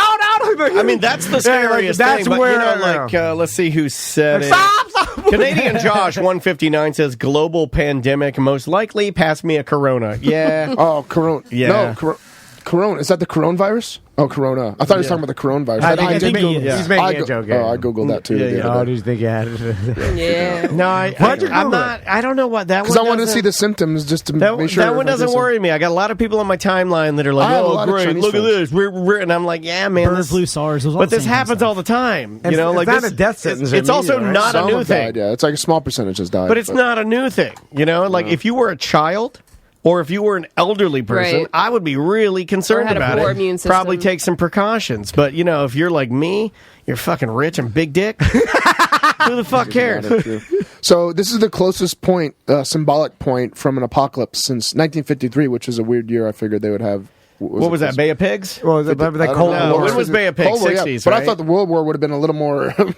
Yeah, but they didn't have. Bay of Pigs would be the closest. Nuclear weapons, I guess. Russia didn't have. You know, Bay of Pigs was the closest we came to ever like popping shit off, right? Well, yeah, when Cuba had nuclear weapons, or they thought they did, or whatever, that's everybody got. That's why there's a ton of houses. When I grew up in a house that was built in the 50s, and they built a bomb shelter when they built the house. I want one, man. Because, I got one of my own. Not because I'm afraid of that.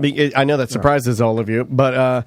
I just think it'd be cool. Like it's like I think that'd be the ultimate man cave is a fucking bomb shelter. Yeah. Didn't they have one like Gleam in the Cube? They hung out in like a little bomb shelter. And I'm anti-man cave. You cannot make fun of any of my 80s movies if you like Gleaming the Cube. What about? I don't even know what that is. You know what that is? Movie. It's Christian Slater's skateboard movie with Tony Hawk. Quicksilver. That's a bike movie. The bicycle delivery. BMX Bandits is where it's at. Great one. What about Rad? Rad is really the 80s was the best. What about a Born to Win? Is it, Yours and Tony Rage's. Out to Win. Out to Win. Out to Win. We still have yet to film that. A kneeboard movie that me and Tony Rodriguez wrote. We'll make it one day. I have a very small part in that, actually. I play... Wheelchair Boy. I play Wheelchair... wheels. Hold on a second. I play Wheelchair Boy 3. Yeah. And we get you on the kneeboard. It's all, And I'm like, I feel like I'm running! So, anyway, Doomsday Clock... And they moved it up. You look so sad talking about. Are you scared about that? No, not at all. I think it's bullcrap. I think it's fear mongering. I think they're just like throwing it out to everyone. Everyone is like, oh, scared of because it shouldn't be like that. In real life, I think when we go out and we talk to each other like normal people out in the streets, everybody's getting along. Everything's kind of okay. Sometimes it's not, but for the majority it is. But the way the media and everyone says stuff, it sounds like it's so horrible out there. And I do terrible, agree with and you. It's really not. They do paint it into a worse picture than reality. They have us against each other so much, and I think it's bullshit. Like the left and the right. It's just so out there, like it's so extremes are always everyone's an extreme on the news, but in real life it's really not like that. My hope is that people will eventually start realizing that social media and the internet it kind of like paints a more extreme picture than reality, and then everybody will just realize that this is an exaggeration and reality is better. But who will see? Shut up, you libtard. I like that. We'll see when we're holding the chain link fence and our entire body is being melted. Terminator. What Terminator was that? Terminator 2. Judgment Day, man. We can still hold on with our skeleton fingers somehow. Yeah. Go ahead. Next story. I remember that I was at DeLand High School and I was in a photography class and I took a photo of my own hand on a chain link fence. and it was black and white, and I did the whole Getting prepped for the monsters? But I did the whole exactly. I did the whole I did the Lightroom. I processed it, with stop bath, the whole nine. Yeah. I know how to do that. Yeah. And I pulled out my picture and I hung it up and let it dry, and then I had by the way, the only people that ever hang up pictures anymore and let them dry are people that are taking photos of pedophiles. Apparently, are the only people that still use real photography techniques. And I remember looking at that photo and going, "That's the most artistic thing I'll ever do." I was like, "That is a really good photo." Until Seth's song. Yeah. And then I did the song, and I was like, "You know what? I finally surpassed my masterpiece." I agree. Next story. All right, this one had me cracking up last night. I heard you too. Me and my wife were crying. Okay. Voice of a... I'm glad we both were... You're cracking me right. Me and my girlfriend are laughing at this too. Andrea goes, Andrea actually, her quote was, "That's not real, that's the Onion." And I go, "Nope, That's the Onion. It's CNN, Sky News, BBC, whatever you want, they got it." So, voice of a 3,000-year-old Egyptian mummy reproduced by 3D printing a vocal tract. Scientists have revealed what the voice of a mummified Egyptian priest who lived 3,000 years ago would have sounded by 3D printing his vocal tract. The team were able to accurately reproduce a single sound, which sounds a bit like a long, exasperated meh without the So, he describes it as falling somewhere between the vowels of an English word as bed and bad. So what's funny about this story to me is they had to I think they had to in layman's terms, they had to take a mummy remains. Yes. And they had to put it in an MRI. It looks just like the MRI going. You put it in the MRI and you scan the vocal chamber, and then through knowing how the diameter, and the width, biology, the width, the length, exact measurements of this mummy's vocal chamber, and knowing how the voice box, how the reverberation of normal vocals works, they were able to 3D print a vocal track and then use technology to create the vocal track. Yeah, maybe by pushing air through the vocal track. They have a mold of its mouth and throat right here. I think that's what they did. Yeah, I would have done something way more interesting. Just done it with the butt and sounded what a fart would sound like. It's actually way better. No shit, it would have been way better. Way better. Like, 3D print the anus and then see what the fart would sound like. And then fuck it. Look, I'm fucking a 3,000-year-old mummy. Or smell it actually come out of its ass and see what it smells I don't know if you could make what it's going to smell like, but you can certainly get how tight it is. So let's me and see if it's been butt fucked or not. Yeah, me and Daniel are a big fan of extreme waste of time and effort, and probably all these people's. Buck Tucker's even asking. He's like, "Why does this matter?" Great question. Yes. So imagine the answer is, Buck, it doesn't. They were able to have the segment. Yeah, they were able to borrow a 3,000 years old mummy from some museum or something. It's literally a priceless artifact of our history as humans. I'm sure there was a team from the museum that dropped it off at the MRI place and guards and shit. Then you got all the people that are doing this, and there's experiment. only like one or two people that can even handle it. Yeah, then they put it through an MRI. Hopefully, one of the scientists is friends with the museum guy, and that was his friendship. I'm sure that's what he brought to the table. That's what he brought to the table. Friendshipville or Friendship Land. So they MRI scanned this mummy's throat, and then they put it all together. Then they put it through a real expensive painstaking 3D man hours. Yeah, imagine the time this all took. The people, the time, the technology, the money. I would like to hear that this 25 minutes. Yeah, I would like to hear that this is 9 years in the making. Yeah. One guy dedicated his life to it. He lost relationships because of it. The amount of money that they use to create this is, what would you say? Upwards of tens of thousands. Yeah. It said they did it in 2016, so I'm guessing they've been working on it a very long time. 2006, 4 years. 4 years. No, seriously, and even longer than that. Sound. Even longer than that, because the amount of you're right, the amount of red tape that they had to get through to even make this happen is just insane. Yeah, Avatar's taking like 10 years. So 4 years in the making, tens of thousands of dollars and then who knows how many man hours, all for what? You want to hear it? Sound. They have the sound here. I have it. Here is what this mummy would sound like. Ready? Wait for it. Everyone quiet. All right.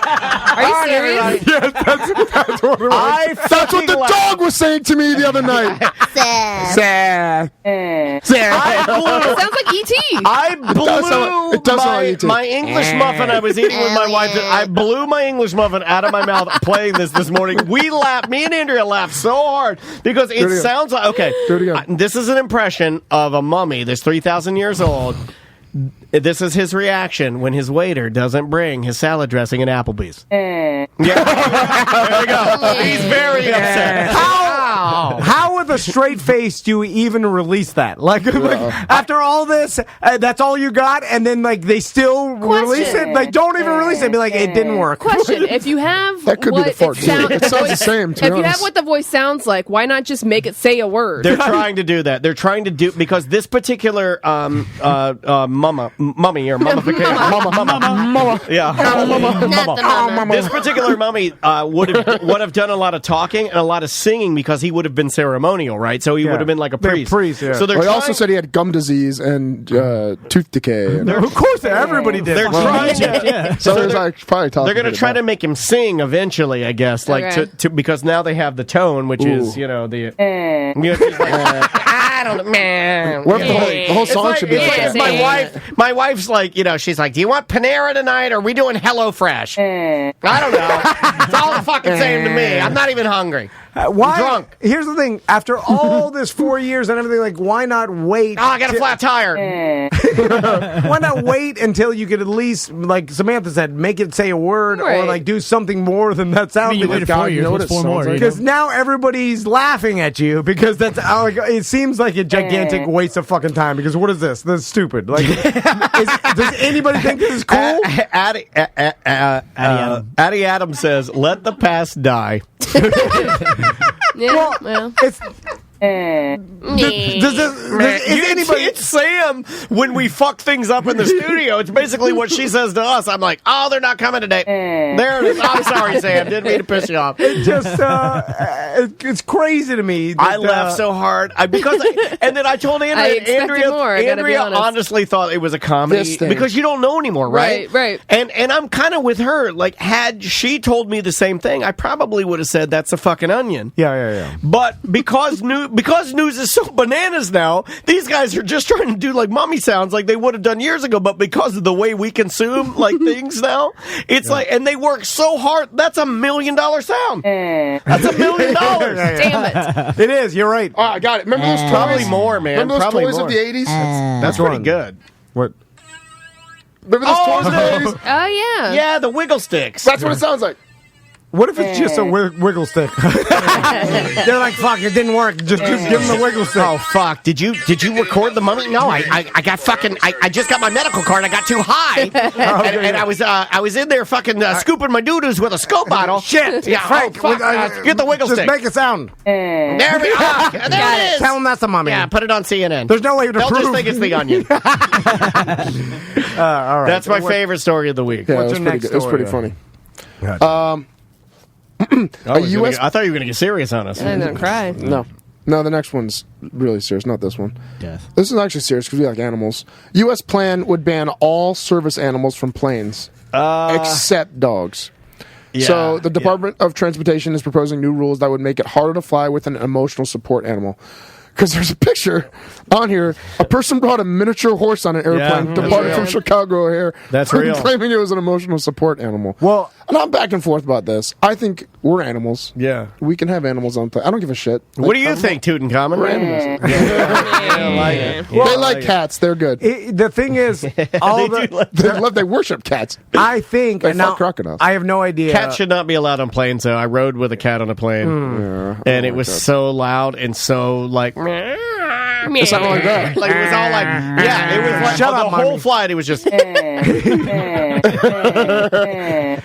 I'm like, oh my god, Every somebody animal shut this except fucking thing cats. up. So I don't know if this is true, but it seemed to me like people were doing the miniature horse, the goose, the snakes. iguana. the Yeah, and I'm iguana with Buck. Cats are great, just not on planes. I don't think they like it. I think that it really fucks with their brains. It seems like people were doing that as like a protest to fuck with the system or bring like awareness to the fact that people were just bringing like rich mostly rich ladies were bringing their Yorkies. And, we have an example, and I hate to bust her out. Now that she has a kid, it doesn't matter. Yeah. Tiffany, before Crixus, her beautiful son, she had a little dog named Beely, and Beely had the vest and the whole nine, and it was a total scam. Yeah, where she got it offline, and then you can still do that. Yeah, everybody was doing it, and everybody does do it. You can't get away with it. But it got too much. It got to the point. Last time I was flying, I saw some lady holding her Bichon Frise tiny little dog, and it was shaking crazy, scared out of his mind. They fucking hate it because it's in a busy airport. All she did is want to fly with her, her dog,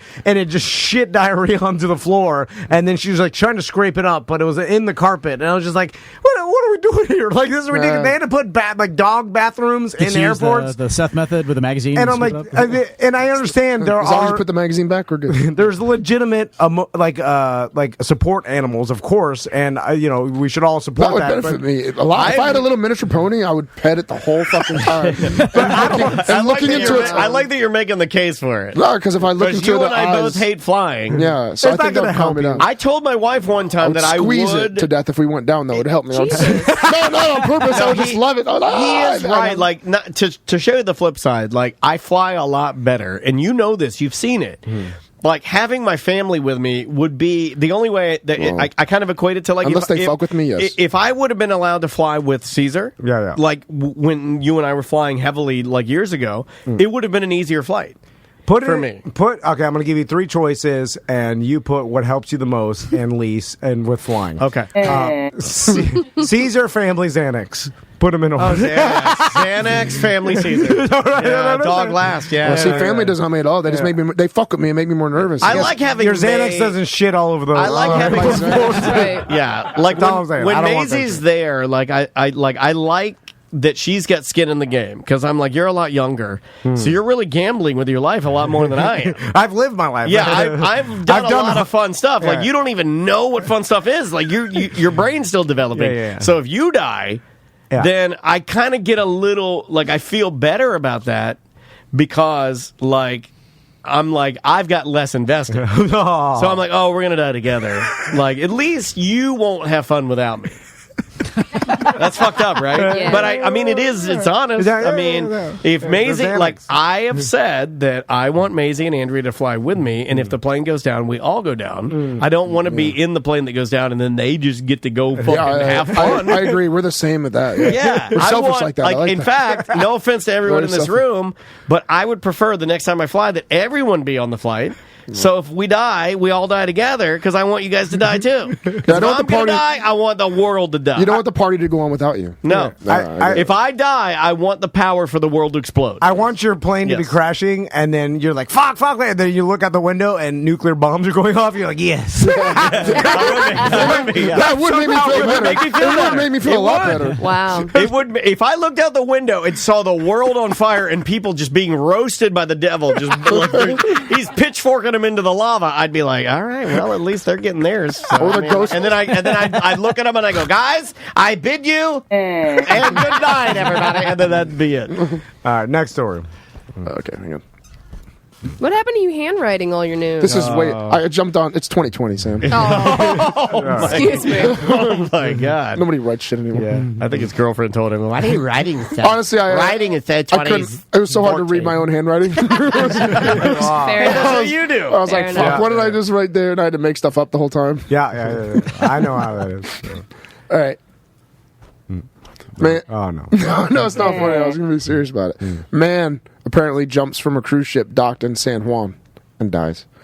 A body of a man, the U.S. Coast Guard says... Keep it together. No. My God. Jump from a cruise ship. If somebody wants to die, then that's on them. I mean, it's still sad. He was mentally unstable, clearly. Well, he fixed it. Cruise ship docked in San Juan, Puerto Rico, was recovered Wednesday night. The Royal Caribbean's Oasis of the Seas, which I've been on, was hosting a cruise catering to the LGBTQ plus community, reports CBS News correspondent David Begand. The Coast Guard said it was called by San Juan police after a report of a person overboard. The Coast Guard set up a safety zone and, along with local agencies, launched boats and then dive teams. Divers quickly recovered the body of a 46-year-old man from Naples, Florida, which sucks. That's my hometown, kind of. A spokesperson from the Coast Guard in San Juan said to CBS News that they don't have any reason. They saw the footage, and it was a clean jump from about 177 feet. Whoa! And is So that he high? jumped. Is that high? That's high, dude. Oh, Yeah, you I could can't put that possibly percent. live. Yeah, It could knock you out. But you would have to be 100. Like you would have to fall into the water like exactly perfect at that height. Like there are people that can high dive from like heights like that, but if you're not entering the water with 100% accuracy and you fall like a little bit belly, a couple of degrees off. yeah, Oh, belly flop from that high. well, it'll instantly knock you out. be fine, Sam. Your organs would explode. Would it push turds out What'd of you your butt? say? I said you would be fine. You got the cushion. Landing in water from that height. I don't think that's how I that think it works. would hurt her more. It would instantly kill you. Like that's all I'm saying. But The only and it thing might you even would have break the- going for you is you wouldn't be able to see. It'd be like an air. It'd be like I won't see my demise. You won't see your Even demise. if Like you an went, airbag? if you went in like a soldier, totally straight, Yeah, it may, commando. Like an ice squid. It gotta may, look- Knees, you gotta I look think up it'll as you bust do up that, your too. feet. it may break your feet and maybe even Really? Break like your feet? you're slowing down. It'll crumble you. Yeah. Because at I don't 177 believe that. feet, I think you're probably reaching pretty close to like 100 Max miles an velocity? hour. Like 150 is like skydivers. I think I could do it. That's nothing. I got my carb to 130. But it is. It's basically jumping onto ground. So Yeah. they're From saying that they're height. trying to determine what motivated the man, and they said the ship's departure from San Juan was delayed because of the incident. Which at least there's a bright side. So to that. they were already docked. So this was they a got suicide. they got a longer vacation for it. What? Yes, there was already docked. Yeah, okay. So, because there have been people there's been like Because of the waves. frat boys that have jumped off cruise ships from a lower I've height. seen them land and then swim away. Yeah, and then they usually get fined or whatever. But like their buddies, well, they get banned for life. yeah, typically, their drunk buddy, like, hey, jump off and then swim to the shore before and so that's happened. But usually, anytime, like, man, What if I went straight in? dude, it's hard though because Close to straight in. you have to orientate yourself as you're falling because from 170 feet, like that's a good, 4 Mississippis of free fall. I think I like could 3 do it. Mississippis. I 1, think I could do 2, 3, boom, and then I think I could do it. You would have to like at the last second, then army man it. No, I do it the whole time. No, then you're gonna go- As then I you're gonna go rotated faster. forward, then I'm knocked out dead. Oh no, I think Then you got to keep it going so you end up 360. No, you wouldn't be able to do it. Yeah. And at that point, you're all sprawled out. I remember like those old videos of like the super high divers, and like basically they'd set up what looks like just like a cell phone tower, and then above the ground, a giant above the ground pool. Oh, Yeah. a tiny pool. Yeah. And then they I show. liked it when they did it with horses and broke their front legs. yeah, but they'd show the guy. They did? Yeah, they would ride the horse, and the horse would jump off, and they'd be like into a tiny pool. Yeah. There used to be like water jumping We used horses. to be assholes. in the 20s. Well, we had a lot more horses. But the dude would stand. I'm just saying. I mean, it's a How, fact. how high is that? Is that a fact? No, I There made were a lot all more of that. horses I made back in all- the I made 20s. all of that up. Look up highest search that. high dive or whatever. Because I wonder, because 170 feet is. The guys I that think we dive could survive in, it. The guys that dive in Acapulco are like, because I went and watched them. And They may be more like 80 to 100. It's not. What's the Golden It's Gate not as Bridge? big as you The think. highest dive from a diving board is 192 feet and 10 Fuck, inches. this guy was a. He didn't hit right. He didn't well, land right. that's a trained professional. Yeah, Yeah, someone that guy's probably been training his entire Like an life. Olympic athlete. worked his way up, and that's 20 foot taller than this. Yeah. Like you hit water. I mean, we used to go to Snowden's in Miami, and there was a dam that went out to the bay, and we'd climb it, and it was like 60 feet, and that was like terrifyingly lot. high, and when we landed, we wear I mean, shoes. like, just like if you 30 didn't wear feet, shoes, it it hurts. would slap your feet red. Oh, yeah. So when we jump off that, it was, and there would be people that land wrong and would be like coughing blood, like it would cause. Oh my god! You could die easily by hitting the water. Yeah. Like Well, it fucked your remember the organs up. lawsuit that? God, I want to say it was like 2 years ago, where there these two girls were standing on a bridge. Yeah. And the one girl, they were like trying to get her to jump. Oh, I saw that. And she didn't necessarily want to. She was like sort of scared to do it. And her friend was like, do it, and then pushed her. and she fell. And when she fell, she belly flopped, and it broke like all these bones and fucked her up so bad. And then she sued the girl that pushed her. Yeah. And she got charged, and it was a big fucking rightfully so. You injure, push someone off a bridge. Push someone, yeah. Yeah, it was bad. People think water is like very easy to land in, and if anybody's jumped from any sort of height, when you hit that water, it hurts. I think we had her on the show, but our friend Kelly, she wanted Miller, my wife's friend, she wanted to jump off the dam when we were in high school, and like none of our girlfriends had the balls to do it, So, but she was like, "I'm going to do it." So I went up there with her, and I was telling her like, "Okay, you have to stand on these like the top of the dam, and then 1 foot on the fence, and then you have to clear like this like 5 foot cement and the rocks in front of the dam. So you have to jump out like 10 feet when you land." And I'm like, I'll jump first, and then you follow me, just in case something happens. I'll get you if you like knock yourself out underwater. By the way, this is what fucking high school kids do, and why they die a lot.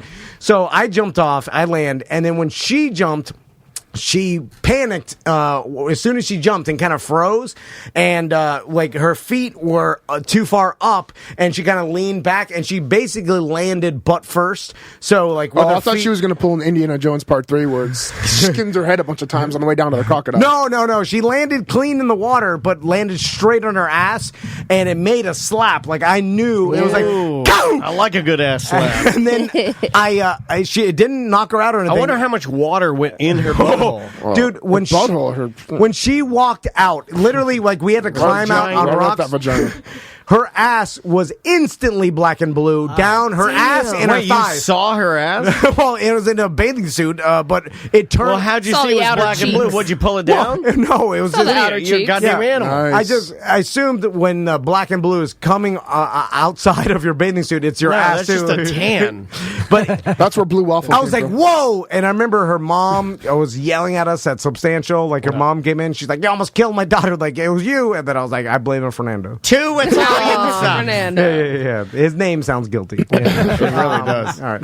Let's take a quick break. Yes, sir. We'll come back with some news and emails, and we got some other stories, too. I can't get to him now. Sorry. I got it. We'll do it. Brand new music from Prism Tats. Not Prison Tats, but Prism Tats. We'll be right back with more A Mediocre Time with Tom and Dan right after this. Enjoy.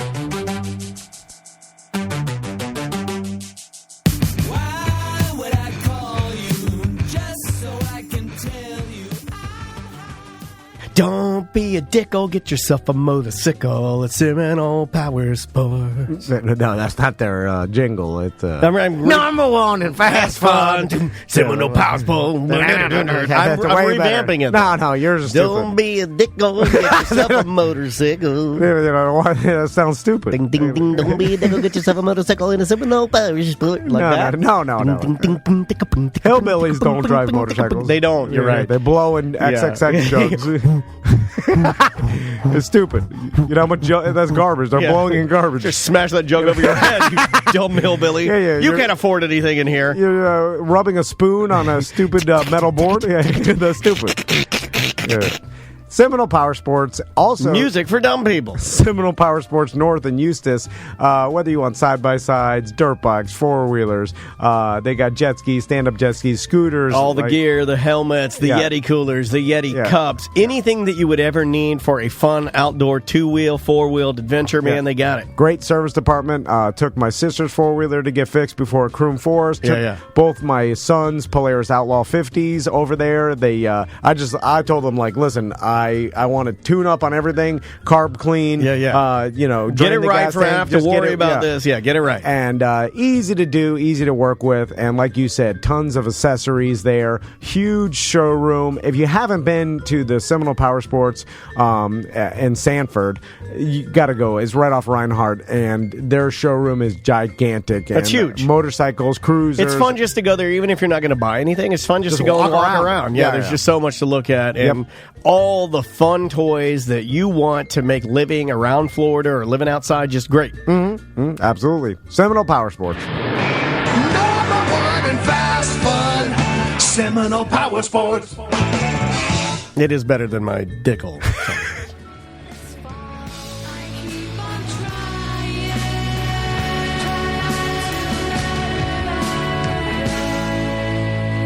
Welcome back to A Mediocre Time with Tom and with Dan and with Sam and with Travis and with Seth. I'm always lost. And with guests. And, welcome back to A Mediocre Time with Seth and Dan. My name flows better and first. Tom and Travis and Sam. And welcome back, everybody. So, Daniel, you were telling me about this Amanda Knox thing. It's not even a big deal. It was just an observation I had because she's getting married. And she's planning for her wedding. She's 32 years old. Seth, you remember who Amanda Knox Amanda is? Knox. She was the Foxy Knoxy, the Italian murder She got accused of double murder. She was like an exchange student or a student in Italy. Yeah, and she had a roommate that got murdered, and it was the roommate's. The roommate got murdered, and then the boyfriend of the roommate. Someone, I think so. I think it was 2 murders, but it was a big case. She was famously acquitted in 2015 and exonerated completely in 2015. And she's a criminal justice activist, a host of a podcast. Sorry about it. Let me turn your mic on. So it was a roommate that got murdered, and they accused her. Her and her boyfriend. Yeah, I think it was just one woman, but it was supposed to have been like a threesome gone wrong kind of thing. Ecstasy fueled. But you really do? Is it like an O.J. Simpson thing? Like we know she did it, but she got away with it? No, all the evidence. She's been exonerated. She was sentenced to 26 years, but then she appealed or something. Yeah, they kind of point to other people. So they found her guilty. I watched the documentary. Here's the picture, and this is a picture from her Instagram, I think like 2 days ago. Yeah. And here she is, and she says, on her Instagram, she says, 40 days left until the wedding and 267 tasks left on my wedding list my wedding to-do list. I've locked myself in a craft room, and I'm wearing my old prison uniform. So the reason I picked this story and this picture of her in her old prison uniform is that it gave me anxiety to look at a human being that is so comfortable with like, oh, I'm just going to go in my craft room and put on my old Italian murder jail outfit and take a photo for Instagram. Totally okay. I sometimes can't even like brush my fucking teeth without shaking because I'm scared of something that's like going on in my brain. But you're okay with everything you went through being like sentenced, charged with the murder, thinking living there, acquitted, not acquitted, love triangle, murder on TV, Foxy Noxy. They found her guilty. That makes me think like she did it now. And you're okay with it? That's psycho. That's psycho thinking. If you watch, here's what happened. She's so comfortable with it. I had to pull it because I was like, first thing I would have done when I got out of Italian jail. Kind of like Aaron Hernandez, comfortable in the jail cell. Yeah, maybe they are. 2011, right? She got acquitted. 2015, exonerated. Yeah.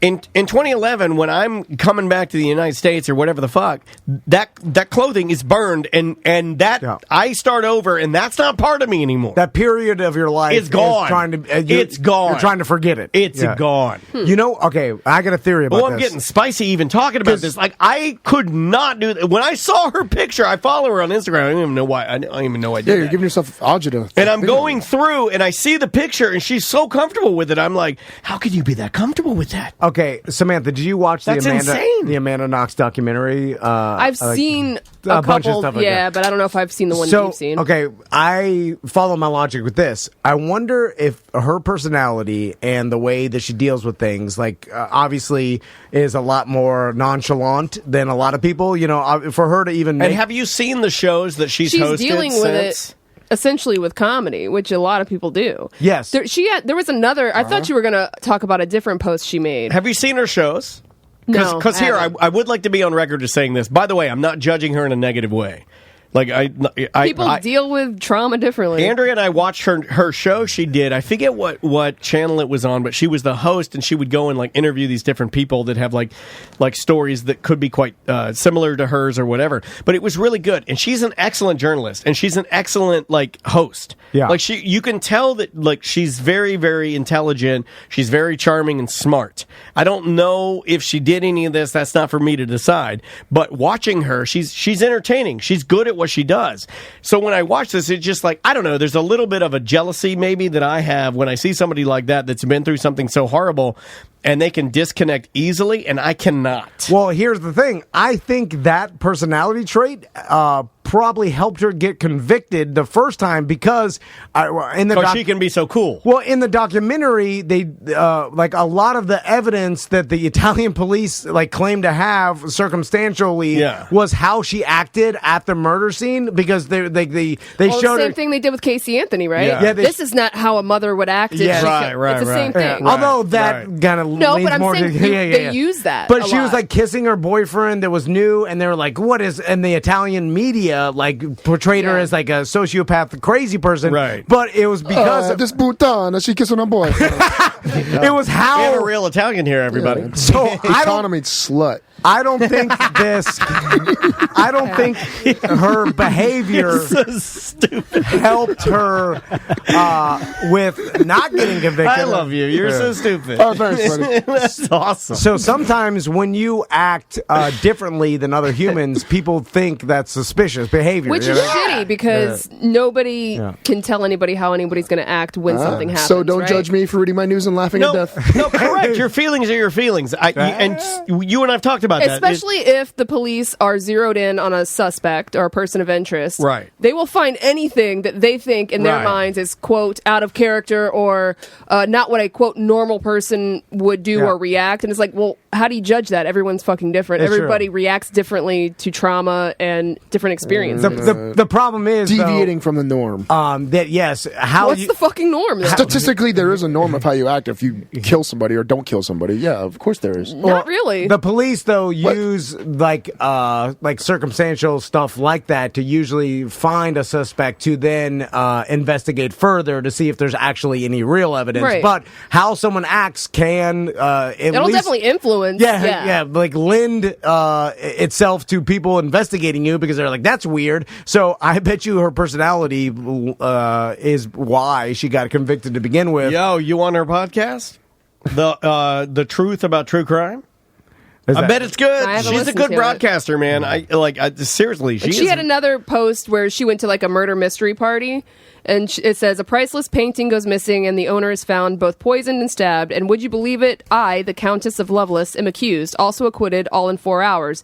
Better than 4 years. # murder mystery party. So in this murder mystery, do that? I'm telling you, she's showing how fucked up it is. She's like, how come in this murder mystery I got acquitted in 4 hours, but in real life I had to wait 4 years? You think she's on like the spectrum or something? Like she disassociates? I don't think so. I think I would probably fucking be like that. How are I could see you doing that. How was she able to do it? She's being snarky about how fucked up it was. We need to check out her podcast. I'm with Daniel. I don't know if I'm in an Italian jail for 4 years, falsely accused of murder. I don't know if I keep my fucking sweatshirt and wear it when I'm fucking in there playing on my wedding. Only put on my fucking murder sweatshirt. I don't know if I can go and joke around. Also, 4 years of your life taken from you is a lot. It might have been a soft sweater. Really, it's just insane to me, man. Like it's amazing the things that like tick off in my brain or like trigger me, and that was one. I read that and I go, you would never in a million years, like I don't even keep photos or any keepsake from any girl that I ever dated until Andrea, because it's dead to me. It's gone. Because it could possibly put me in a like it could fuck with my brain a little bit. I keep all my videos. Oh God. Let's do some voicemails and emails. We do mail on mail? Yeah. All right. Mail on mail time goes now. I do find her very attractive, by the way. Amanda. Hey guys, thanks for calling 1-800-HOT-DICK, the place to find real action with real men. To make it even better, we've got new low prices. So low, we're practically giving it away free. If you are a man seeking a woman, press 1. If you are a woman seeking a man, press 2. If you are a man seeking a man, press 3. Mail on mail. Mail on Mail today brought to you by Blanchard Insurance Agency. They have multiple offices around Florida, so we've used Blanchard for our event insurance.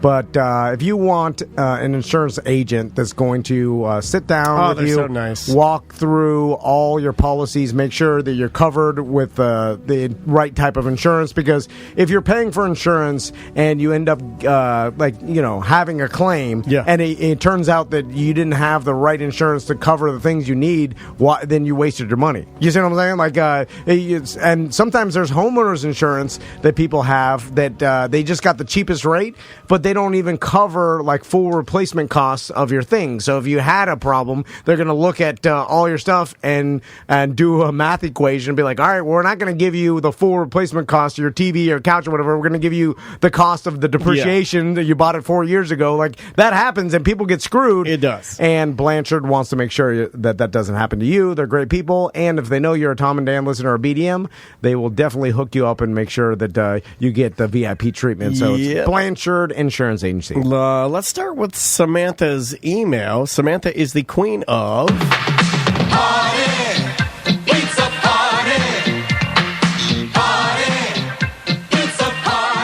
Be the queen of pizza party. I feel like I should have more pizza parties in my life. Nah. This is good. This is exactly as good as a pizza party. Fair enough. You're going to say first email so I know to start? First one. I didn't even get to wear my hoodie. I got my hoodie in the mail on Friday. Saturday, getting laundry done for a holiday vacation at Disney, my girlfriend put it in with something that bled. I saw the drawstring first, not on the hoodie, which was blue. I thought, okay, I can get a new one. Then I saw the jacket zipper was too. I got so mad, I threw it in the trash, and then I got so mad at the waist, I punched a hole in the drywall. After vacuuming the debris up, I was so upset over the jacket in the trash and the hole in the wall that I threw the vacuum across the garage. Maybe it's a good time to start getting high. Fuck my life. I feel sounds like my Saturday. I feel like I'd still use it even if the I mean, you can wash it out. I don't know. Once it's dyed, nah, you put some OxyClean in there. Yeah. But it's like, all right, you can still, you know, all right, bro. Get it. You don't have to waste it. Yeah, why are you freaking out? Oh my God, it's just a whipping hoodie. around his Dyson. Like. It is a nice hoodie to be ruined right off the bat. It is really nice. Yeah, I blame your girlfriend. Should have punched Wear it her. around the house. You want to do voicemail now? The people that punch holes in the drywall, like, I never understood that I've done it. You have enough I did it in my anger old house to not realize, like, this is going to cause me a bigger problem. Now I got to fix the drywall. But it feels good. But is it You're not a worth feels good guy, are you? Is it worth Are you a feels good guy? You're not, right? Like doing something because it feels good, even though it's detrimental to me long term. Yeah. Oh yeah. Well, then you are. I think it's that's You're why just not an anger guy. Like to me, I don't know if Seth agrees with this, but like at my old house, the bungalow, the like AMT studio number 1, the first studio we had. Like something, Andrew and I were talking about something made me mad, and I punched right in the drywall, right through it. And I had to patch it. Yeah. But it felt really good when you punched it. It definitely does. But then it reassures your what's what I'm looking for. I'm blanking on confirmation. It gives confirmation that that's okay to do like every time, and that's just not a good thing. I grew up with that though. My dad used to do that. Punch a drywall every other day. There was holes in the wall from my dad losing his temper and stuff. So I kind of like grew up with it. Like, sad. yeah, it is. I do the same thing now. Early on, yes, I did. I did learn. It was a learned behavior, and I did. Like, teens and Swiss cheese. I mean, my doors had holes in it. I used to shake my doors off the hinges because I get angry. Oh my God! Like, shake your door off the hinges. Yeah, That's rip it off the hinges. Yeah, it's an advance. Shake the door off the hinges. Shake the door. But now I'm calmed down. Definitely calmed down. Calm down, Dusty Roids. Dusty Roids. That was at the time. That's the name of the show, Dusty Roids. Let me tell you about my tiny balls, baby. I got the tiniest little veiny balls, baby. I just shoot up my legs in the bathroom. I go to the store, baby. I put 2 needles. 2 needles. Find out the slammer. Macho Man Randy Savage, Ric Flair. You better get ready, baby. Because when I put these 2 giant testosterone needles, baby, right in my legs, and I'm sitting there in the toilet, taking the stickers and poopers, baby, you better wait, because I'm going to come, and I'm going to put a fire at the stuff and put it right down on your ass, baby, because I am the American Dream Dusty Rose. That's exactly what I said when I was doing it. That'll scare your girlfriend. You're screaming that in the bathroom. Yeah, I was screaming. I was trying to be as quiet as possible today. I didn't didn't want them knowing I was in there hiding. But you know, my buddy Fernando had an anger problem in high school, and he used doesn't to strike me. He's so calm though. Oh, now he is. You know his nickname. I think as he aged, his testosterone dwindled. Maybe that's what's happening. That's yeah. So his anger went down. But he used to break his own shit. Like I remember he got this video camera from a girlfriend of his. Like it was back in the day with like mini DV video cameras. It was like yeah. But the old mini DV. I got so many tapes of mini DVs, like little ones. And at the time, it was probably like $380, and it was like, I'm talking. It was like, the best of the best. Probably 2,000 or whatever. And he got pissed at her one day, and he threw it out his window. And he loved it. Like he would film himself skating. Yeah, and sometimes you do that. And then I was like, you broke your own shit. Like what? That's crazy. Like I was the thing you got mad, and then you broke your own shit. Like I went make you more mad. I went through a phase where if I bought something and every feature didn't work, I'm out of this phase. I've been at it for like 10 years. But if I bought, let's say like this Osmo Pocket that I bought, the DJI Osmo Pocket, it's like a little video camera. If I bought it and one feature didn't work, I would keep trying and keep trying and keep trying, and then eventually I would take it, I would smash it, and then I'd be like, "Oh shit! Now it doesn't work at all." Like, and it wasn't computing to me, but I would still do it. I would break everything. Like this computer isn't working, one feature isn't working, break the computer. This Osmo Pocket isn't working, break the computer. This camera isn't working, break it. You know, and then I had to like work my way out of that. Yeah. Although I've always wanted to be like rich and dumb enough to shoot my TV or shoot things like Elvis. Like I did great. Like you don't have the anger though. I don't. Like I get great. I smashed my Lexus a couple of times. Like I pounded the roof in. Really? Like hammer fisted the shit. Gorillas. Why? Over what? If you could like. I was arguing with just a buddy in the passenger seat. We're just talking, and I got we started arguing. I slammed on the brakes, got out. What are you arguing about? Dude, this was I don't know. I was 22 years old. You gotta know. I remember probably about drugs. Or something. I like drugs. Drugs are good, man. It was at the time where I was doing GHBs. I think you heard a G-hole. I listened to a podcast where Tom Segura was talking about doing GHB, and now I kind of want to do it. Let's do it. You want to all do it? How about we smoke weed one podcast and then do GHB the next time? Yeah. And then the last podcast is ecstasy. I need security here. And then the last podcast is ecstasy, no Sam. No Sam. Last podcast is ecstasy, no Sam's allowed. What the fuck? And we all butt fuck each other. Well, because if Seth... Because we're going to start fucking and you're not allowed. If Seth loses his mind and goes crazy, we can't protect you. Okay. Would you guys be okay if we were all, me, you, Travis, and Tom, we're all butt fucking, would you guys be okay with Sam watching? Human dickipede. As long as she has her shirt off, yes. It's going to be easier for me to fuck you guys if she has her shirt off. I'm with Seth. I'll be like this. That's all I'll be doing. I'm not even looking at you. I'm just looking. That's a visual. If you feel uncomfortable, you can wear like a scarf on your head or something. A scarf on my head. I don't know. I'm just trying to think of something. Put the scarf over your head. Put the scarf on. I'll be like, don't write this down. First voicemail. Here we go. Hold on. Scarfing it up. I shit my pants a little bit this morning in Walmart. And went to the bathroom, felt it coming, bubble guts, probably poor diet, over drinking, and thought I was being clever by leaving my onesie on under my clothes this morning to stay a little extra cozy, but I couldn't get it off in time. All those fucking buttons. That sounds depressed, first of all. He shit himself. Yeah, shit his onesie. It's not that bad. You gotta throw that onesie away. Why would he put clothes on over a onesie? I don't know. Is he from up north? We'll do another one. Crazy person. That was a crazy person. Long John's on. That doesn't count. Yeah, here, try this. Made sense, but... Hey, Tom, Dan. LJ from Georgia. Just calling to see if you've ever had an issue with texting your wives while grocery shopping. You physically in the store while they tell you the grocery list and shit to pick up. So I go to the grocery store tonight, I pick up everything that I need, and I'm standing in the checkout line, and I see 3 little fucking bubbles under text message. And I'm the next one up to line, and I'm waiting for the bubbles to come through, and it ain't happening. It ain't happening. It ain't happening. And so I check out.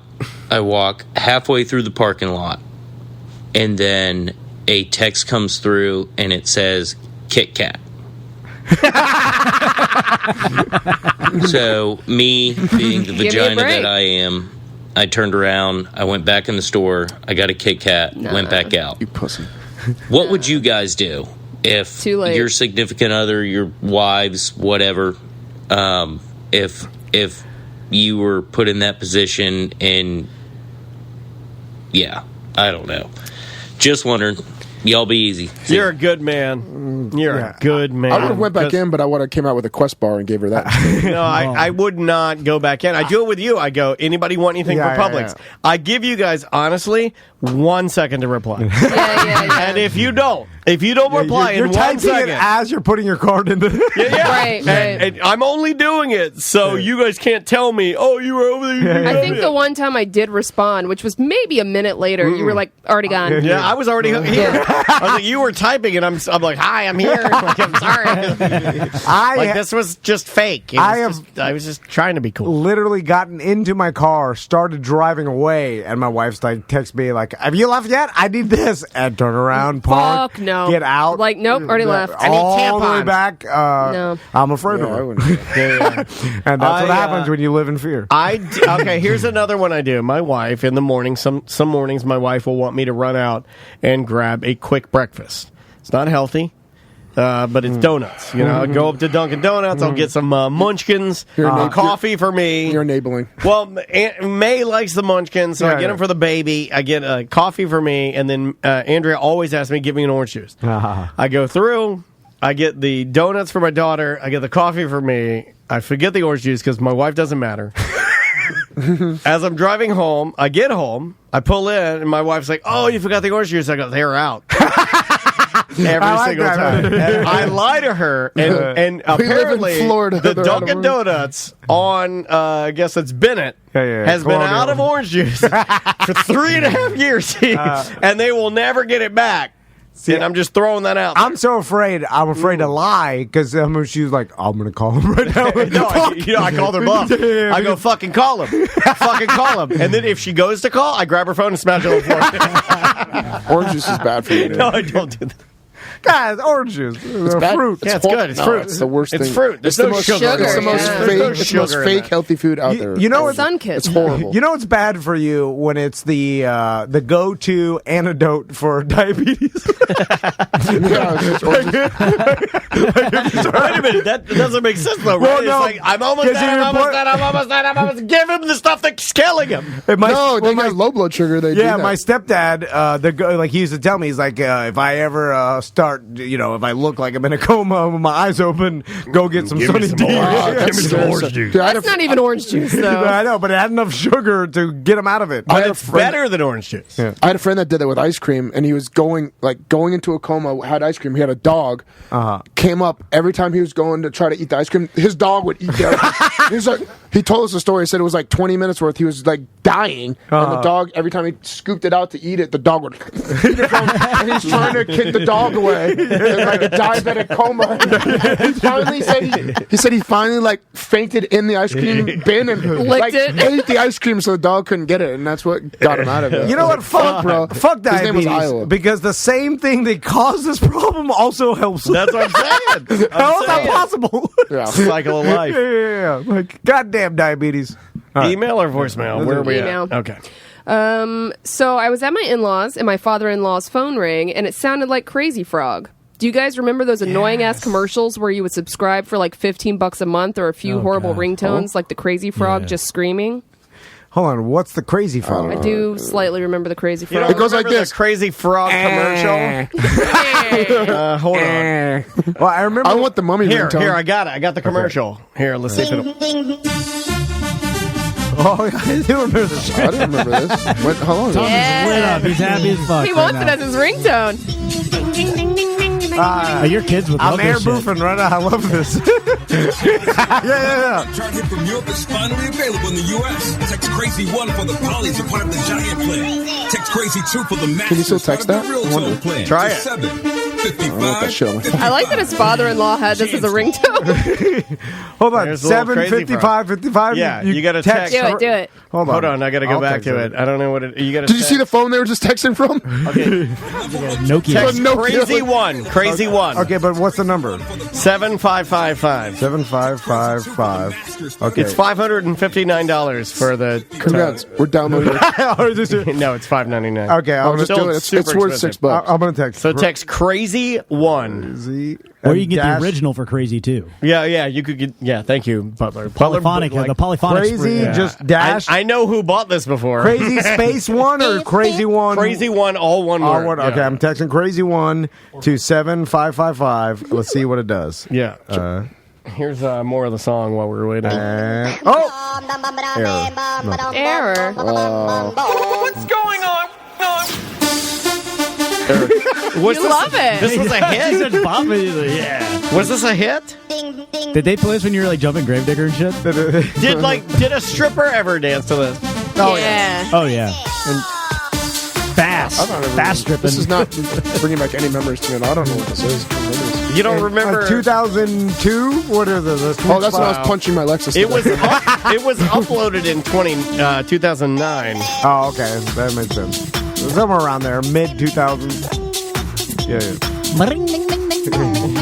So that's the crazy frog, the big guy that's going. What is he driving? Nothing. I like this too. I'm with you. Reach out to Butler. Reach out to Crazy Frog. We want to advertise. Oh yeah, they're overly expensive ringtones. All right, let me get a voicemail. Dude, a 17-year-old made that song. Really?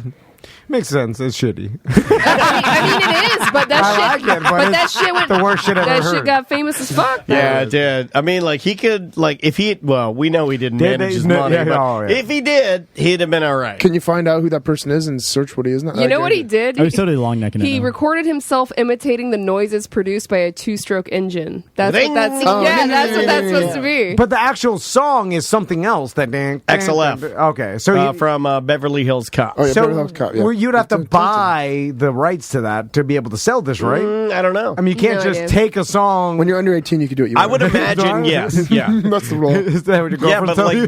maybe he had already made enough money to pay him off, or had a deal, or knew a friend. Yeah, or it had like, to be something. Oh, it was one of the friend things. Yeah, it could be. Could be. Here we go. Voicemail. And not to bring up old stuff, but the whole Tom Rhodes thing.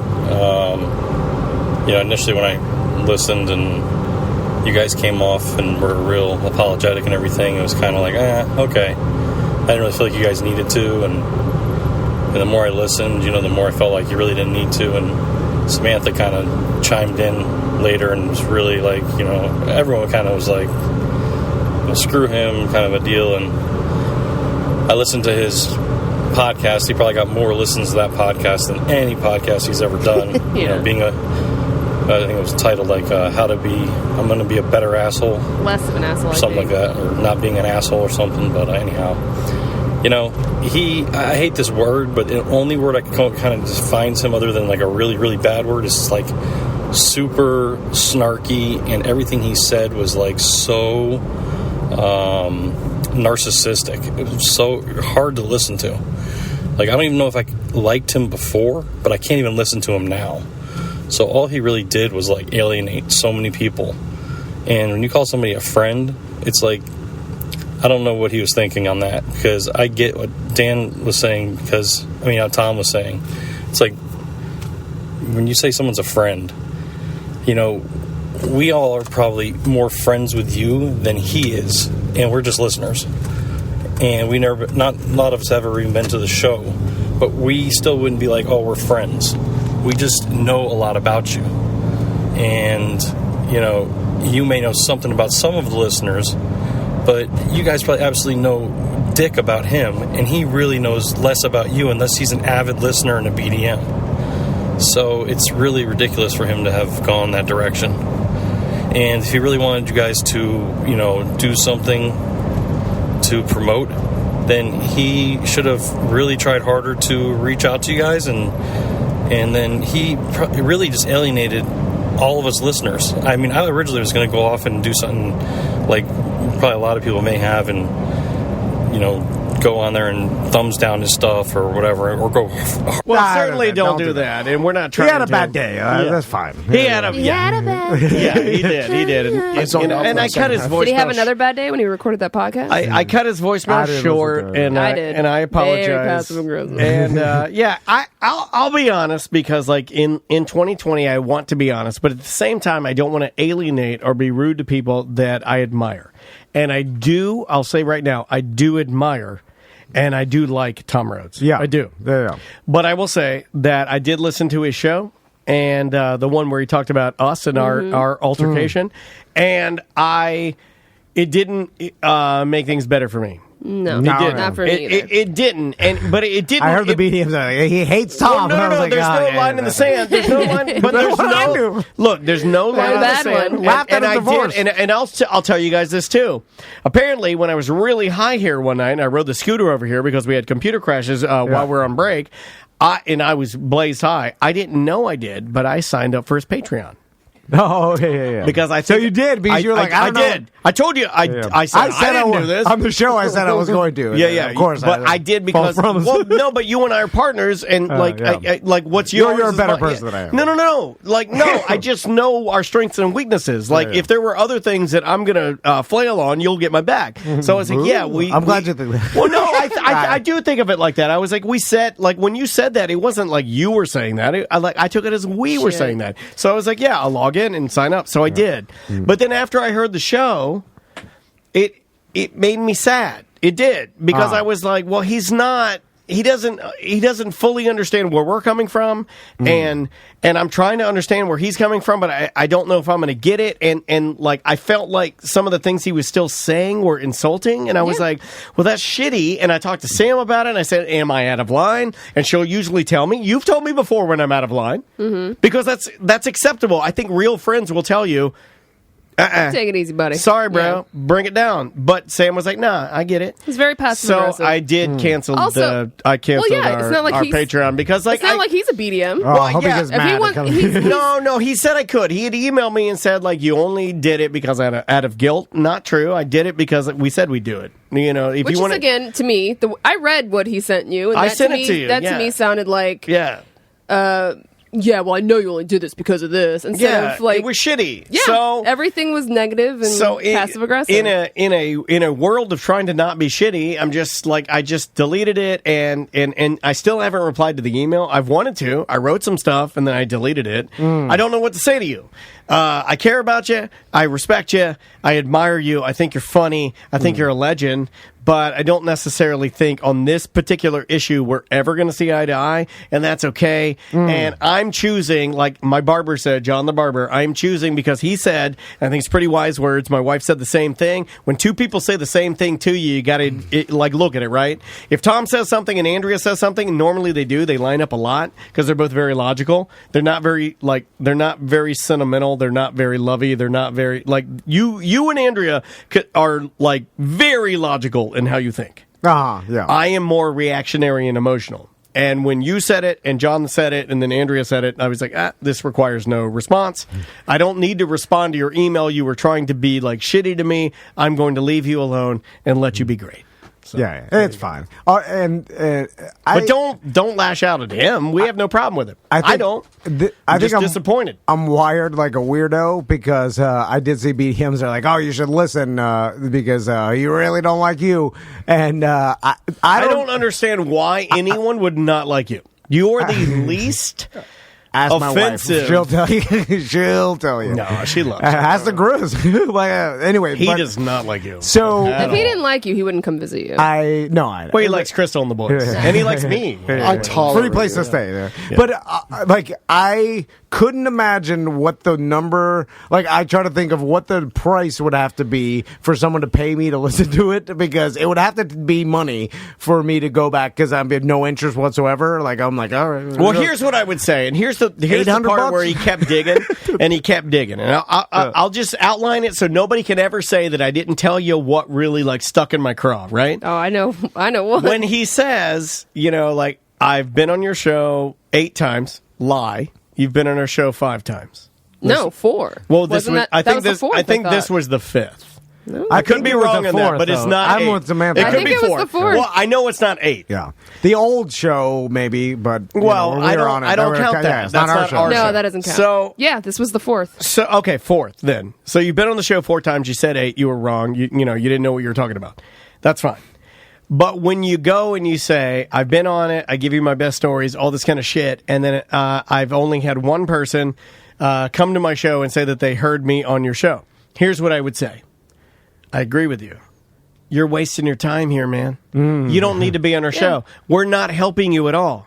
You've been on here, and only one person in the 4 times that you've been on, you thought it was 8, but, we'll go with 4. You thought it was, 8. It's 4 times. You've been on the show 4 times. You've only had one person ever say they heard you on here. You're right. You're wasting your time in here. You shouldn't have done our show. We are nothing to you, and you don't need to waste our time and your own time because you got bigger fish to fry and stuff to do. Yeah. So go in other directions and do that, but don't blame us. Yeah. Don't blame us. Well, the logic behind him even getting mad that we didn't call him back to help him promote something is illogical. If you're then at the same time saying that we don't have an audience that helps you, Exactly. so then what does it matter if He we talks help out you? of both sides of his mouth. You can't be mad that that we didn't help you promote something and that nobody goes to your shows. No, later in his podcast, he started admitting that more listeners had said things to him or emailed him before about Well, then hearing which him on is our it, show. Tom? Exactly. Then which is it? Are you the... I got more mad at the fact that he was like, I go in there every year, I bring them my best stories, and I go in there and they don't know anything about me. They don't do any research. Oh and I'm my like, God, are you that's a fucking crazy? lie. That's a fucking lie, man. I know. I wrote so much stuff down to I know. talk to you about, but unfortunately, you But of shanghaied course- us at the coffee and machine. his audience doesn't know that. Every so time he comes in, I he was go trying to make you guys look like assholes. I go to Ask Jeeves, and I'm like, who is Tom Rose? Of course we do. It brings up his Wikipedia, and I read the same thing. I'm You like, can oh, even okay. hear during the show, Tom goes, What's his name, Jeeves? What's his wife's get out of here with that. So, like, And then you know I look what? up the same thing in over and over 2020 4 years in a row, and I'm like, okay, it's in the same. 2020, I want to be helpful. I want to be loving. I want to be kind. I want to be great to people. I want to have an amazing year. But I also don't want people to like fucking bullshit me and treat us like shit. So there's a huge part of me right now that sort of says, you know what? After what you did, and then after your bullshit fake fucking apology, I got nothing for you, man. I wish you the best, and I would never take any accomplishments away from you. You had an NBC sitcom. You're one of the most heralded comedians that's ever set foot through our doors, and you get to sit here and you talk to us, and We enjoy it. and we enjoy it. But if you're going to act like that, I'm going to respectfully ask you to fuck off. I don't care. I don't care anymore. Yeah. That's that. And to send the email and send it in a way where you knew that you're He's already being shitty. Well, you're telling me why I signed up for your Patreon. Don't tell anybody And then he's why they forwarding did you anything. an email that somebody was we our used the listener F word for gays, that, and it was that out of was very line. negative. It was And out it's of like, line. look, we don't control what people email you. That We guy never was told out of anybody line. to send you hate mail. Yeah. Well, Well, but if he's he like, believes- here's your listeners. Here's what they say to me. And I it's did like, laugh a little bit. I know that guy. I mean, the guy was probably lit up. He'll He say was worse than drunk, and that. he was like, "I'm going to send a really negative email Yeah. to Tom Rose." So anyway, I mean, not to. Anyway, it is what it is, but, I wish the guy the best, but... Tully will headbutt you. Oh, yeah. We'll stick Tully on you. Listen, don't go and attack leave him him. alone. Leave him He's It's great. fine. I mean, he's fine, but, like... What's weird is, like... It is very, very odd, man, because we tried to handle it... Like, I think we tried to handle that better than we've tried to handle anything.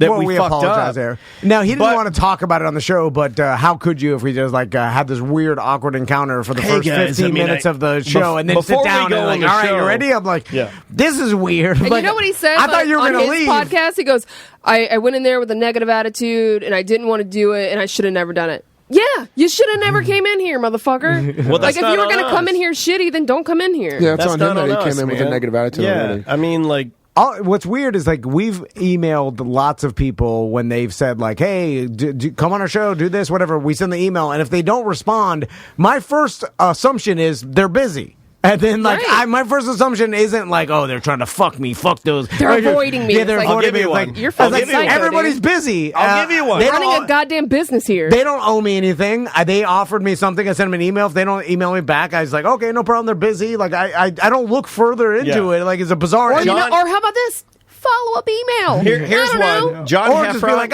it's all good. John Heffron will occasionally just email me out of the blue. And then I'll email him back. And the last time he did that, I never got anything back. Yeah. I'm not mad. Right. Here's another one. Guy Torrey asked for the list of all the equipment that we use. I sent it to him. I didn't get anything back for 6 months. I did like a couple weeks ago. Yeah. I'm okay with it.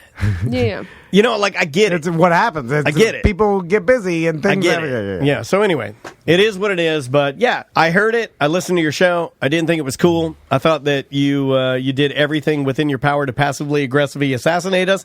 So there we are. I like it because we rarely get in any we drama. don't. So Yeah. that was like, 2020 It's almost like you some can drama. feel again. Yeah. Yeah. And then I was like, it's almost like cutting your feet with razor blades. It's like just so you can have some emotion. Yeah, I gotta feel something again. do you wanna, I like how the whole room looked at me. You want to email? He probably are we does done? that.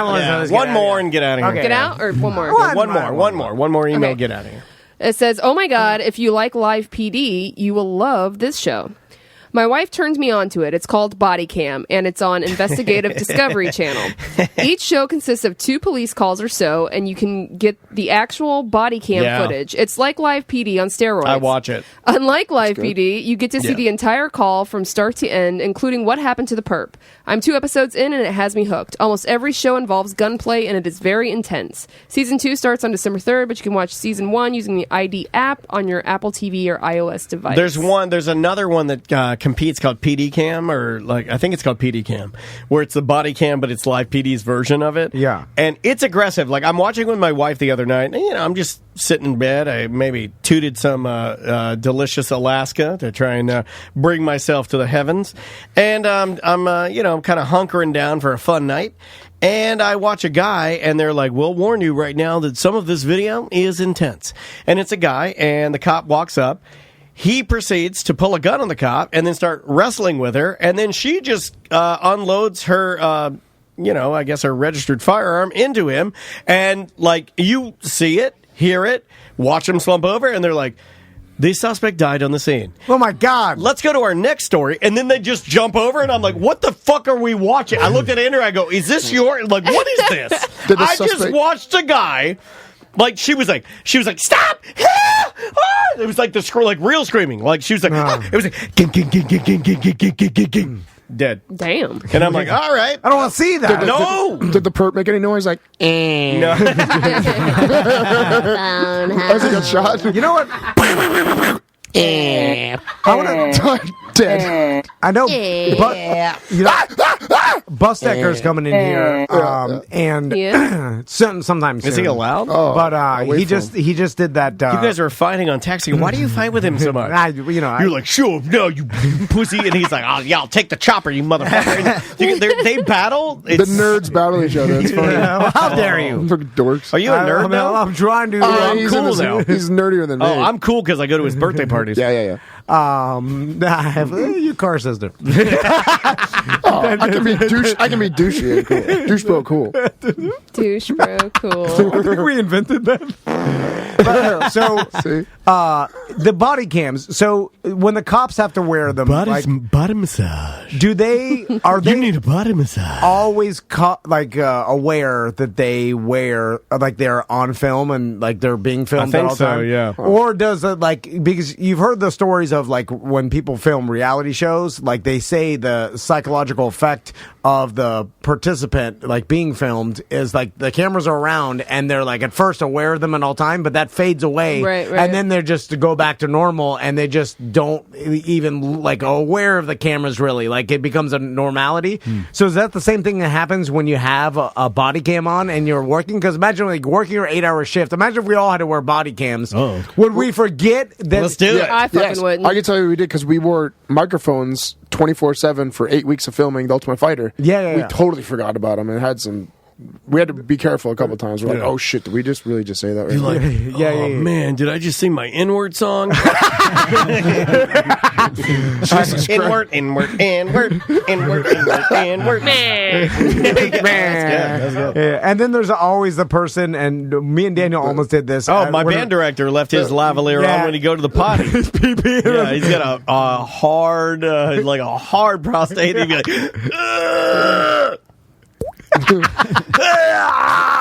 and then everybody's laughing in the. Come on, just a little drop. My band director did. That's a lot of struggle to get through jumps. Yeah, it is.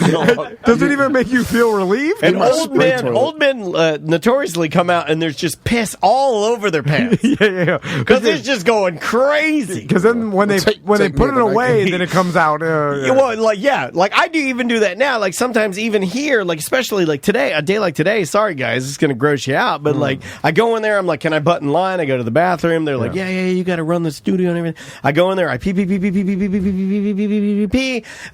pants up, belt on, buckle, wash hands, and then my dick is and I can feel it. And I'm like, thank God I got underwear on. What's even worse is like that the other day when I was going through Wawa and that old man was pulling his dick out by the tasty cakes to go to the bathroom. He's faster. He's on his way to the bathroom and he's already got his. It's gonna be that kind of party. I'm gonna pull my dick out of the his shorts. He's really gonna go. Dick tasty cakes. Because if you don't get out in time, it flicks and goes everywhere. The other thing that I've noticed now too, and I've been trying to teach my wife this, and I don't know if this is too far for you, Tom, but we're at the end of the show, so I'm willing to take a gamble. Yeah. But I'll leave it in, and I'm coming.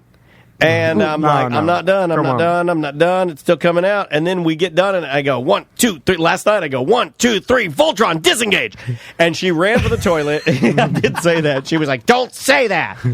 I did Voltron, disengage. And then as I sat there, I looked down, and it was just like a tube of toothpaste. It just, or like medicine, you know, when you got to put like cream on a rash, and it just kept coming out. And it's just, it's still coming. I should have left it in.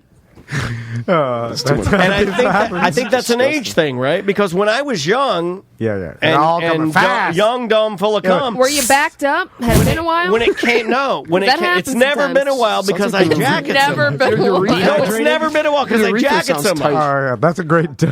What is the Creed song? It's never been a while. No, that's Stained. How dare you? I don't know that shit. Hold on, I'll do it. It's never been a while since I have had my dick on a toothpaste out. It's never been a while since I have left it in my wife. It's never been a while. Voltron disengage and you go sit on the toilet. It's never been a while. I hear a in the water. Is Nolan Ryan spitting his tobacco in the toilet? What is Oh my God! I'm sorry. Somebody throw a penny in a wishing well. Let's get out of here. Seth. Speaking of pee, I do have to pee right now. You guys are making me. We're done with the show. That's great. Get him out of here before he pees on our couch. Let me watch. No, you know me. I always leak. I always end up leaking. Let me hold it. Let me hold it. Can't hold it. Can I hold it? It's a bladder problem. No, I've been to the doctor because of it. He said, I'll leave you with this. I'll leave you with this. One New Year's, I had a girl that I was dating walk into the stall with me and hold my penis while I peed. Okay, that's an odd thing. Did you like it? I don't know why you said that. I didn't like it. Everybody should be scared of it. No, she has to do it. It's like when your baby cousin has to hold your handgun. And you're like, just the safety's on. You're good. Seth. Yes. Okay, I'll just plug. If you want to see my car, follow Bad Cat. With 2 T's. No, 2 T's, Bad Cat 787. No, but follow my personal Instagram because it's much more intimate things on there. Silverback Seth. If you want to follow me. How's Felicia doing? Felicia's doing great. I feel really bad. I literally just realized that this morning, every Friday morning I hold pads for 8 rounds to get ready for a fight. Ew. Totally fucking I'm sorry. Totally fucking forgot know this what was morning about her pads. I just texted her between breaks, like, Felicia, I just remembered I was supposed to hold pads for you this morning. I'm so sorry. Like, so, yeah. But she's doing great. Her pad work is I'm no amazing. longer a pad guy. See my When's car. February 28th. More of a stick man. 29th. February 29th. Yeah, 29th in Virginia. Yeah. More of an We need to get her albino in to talk about macanudo. that. Norfolk Scope, Virginia. As long as she's not mad at me, I'll get her back in here. I'm interested to see what the odds are, but now she's going to be a favorite. She's gonna right? be a favorite, Yeah. See, it's not God. It was that sweet spot where she was the underdog. Yeah, God yeah. damn, a lot of people won money off that first You can fight. root against her, and I could do I something. still to have her. money. Oh, come on. I shouldn't even joke about that. I'm still gambling with money off of the winnings from the first fight. Like, oh, really? Yeah, when we bet big, a lot of people blew She's it. talented, man. Yeah. She's also super sweet. And thank you guys again for being a part of Foot Golf. Oh, yeah, that was a lot of fun. Like, I don't think, like, Felicia even had a the lot of fun. listeners, that they meet her and they're like, oh, wow, you're not, like, at all, like, gonna, like, punch my face, or you're not, like, aggressive. quiet. She's so sweet. She's Yeah. like a teacher, but then you go against her and she'll fucking break your head. By the way, thanks to everybody who participated in our foot golf tournament Phenomenal. and all the sponsors. We raised $30,000, our most we've ever raised ever, and it's all because of you guys. You're welcome. And our great sponsors. So we really appreciate it. We'll do it again next year. And, in the cold again, or in the cool weather like Oh, that. yeah. That Cool was weather. so Man, much better, dude. the course- Best Oh, my weather God. we could have ever asked Yeah. for. Thanks to an Mayfair. event. Yeah. Thanks to Jeff Triplett, the mayor of Sanford. Who was just laying in the grass and decided to play with us, apparently. They're right? getting ready to dump a $2 million renovation into that course. Thank so God. next Sorry year for could Hole be 13, absolutely by the Are way. they getting rid of the foot golf? Because I kind of They thought custom built that for our. No, I our know, event. but I'm like, I kind of felt like, oh, they're dumping money and they may not want it. You know, again, No, but, because you know. the good thing about foot golf And is who was the- you the- can make the course Orange shirt off of the It's in the regular rough. course, They like in the set rough. it up in the rough. Well, so. the guy that ran it, the orange shirt gentleman, spiky hair, Yes. nice guy, tall. I'm The GM of the course. Yeah, forgetting what about a his name. dude! Yeah, How great cool guy. was that guy? Yeah. Shout out to Mayfair Country Club in Sanford. Yeah, they're and amazing. Jeff Triplett, we need to. When is the next election? That guy should always be elected. Like he should be. Seriously, He gets it. He's good for Sanford, and Yeah, I think he gets it. He gets it, and And he was there when shit was bad. Yeah. Ooh. And helped turn Sanford around and make it an awesome place. So The anyway. jungle helped do that for Sanford, too, by the way. When we moved in there. Samantha, if you want to listen to semantics, Forget my name. Samantha. I almost called you semantics. Samantha, Semantics. do you have AIDS? Samantha has AIDS. Yeah, my show is Semantics. You can go to semanticspodcast.com and you can find us everywhere. Tonight we have Chris Rock from Rock Pit Brewing as well as Joe Byrne from Burn Termite Pest Control on. And Burning rocks tonight. we are having our 3-year anniversary on Saturday, February 29th at 2 p.m. at Rock Pit Brewing. Yeah, Awesome. with Hang a out. silent auction to benefit Orlando Girls Rock Camp. Orlando Yeah. Girls Rock Oh, cool. Camp, and some of the shit that Sam's coming up with. Just get your wallet ready. Awesome. Well, I'm not. My listeners are helping me out they're here. phenomenal. Yeah. It looks really, really good, and hopefully I'll get Maisie involved in Orlando Yeah. Girls Rock Camp Yeah. when she's old enough. But what a cool charity, and I'm glad that you chose that. It's phenomenal. So I'll be there. I know a lot of other listeners will be there, so let's all celebrate 3 years of another great independent podcast. Anything I'll be else, there my friend? too. Tom, No, he won't. Whoa, write it down. Write it Writing down. it down Let's- right Let me now. look what I got. There's my wife put it in there. I'm pretty sure I'll be there. Wasn't there last year or the year before, by the way. Where is it at now? Where's Dan it was at? there the past 2 years. Why does he always do stuff and you don't do shit? Where's it at again? I'm a busy man. Where's it at Busy. again? I You just got hate numbers, the paperwork. I've got the numbers. paperwork. I've got numbers to do and It's at Rock Pit Letters to Brewing see. in Soto. You have to remember that Tom can't go to Rock Pit to see his producer's podcast, but his wife will fly away to Red Rocks to see Right? the David Brothers. Yeah. I told you, I'm scared of her. What do you guys don't listen to me? I feel like we need to help. No one's listening. All right. On that note, he needs help, and we'll see you next week. Oh, wait a minute. I can't publish that. It's mediocre. And now it's time for the Tom and Dan end of the show footnotes. Today you heard music from Fairmont, From the amazing album named Songs from the Radio, you heard Fairmont in their version of the Beach Boys classic, God Only Knows. And this is my pick of the week because I just fucking love the Beach Boys. After that was new music from Frazee Ford. Have you heard of the Frazee Ford? Well, I had not either. You heard the mega funky track Azad, and I'm almost positive that you did some dancing and booty shaking to that track. Next up was new music from Prism Tats. Not Prison Tats, but Prism Tats. This song is so fantastic. So yeah, maybe I got two picks of the week. You heard their latest single entitled Mania. It's got this funky Queens of the Stone Age sort of vibe for me, and, well, that's just me. It's my second pick of the week. We closed everything out with new music from Thick. We closed the show with their latest single entitled 5 Years Behind, which is exactly how I feel every single day. And on that note, guys, we'll see you next week.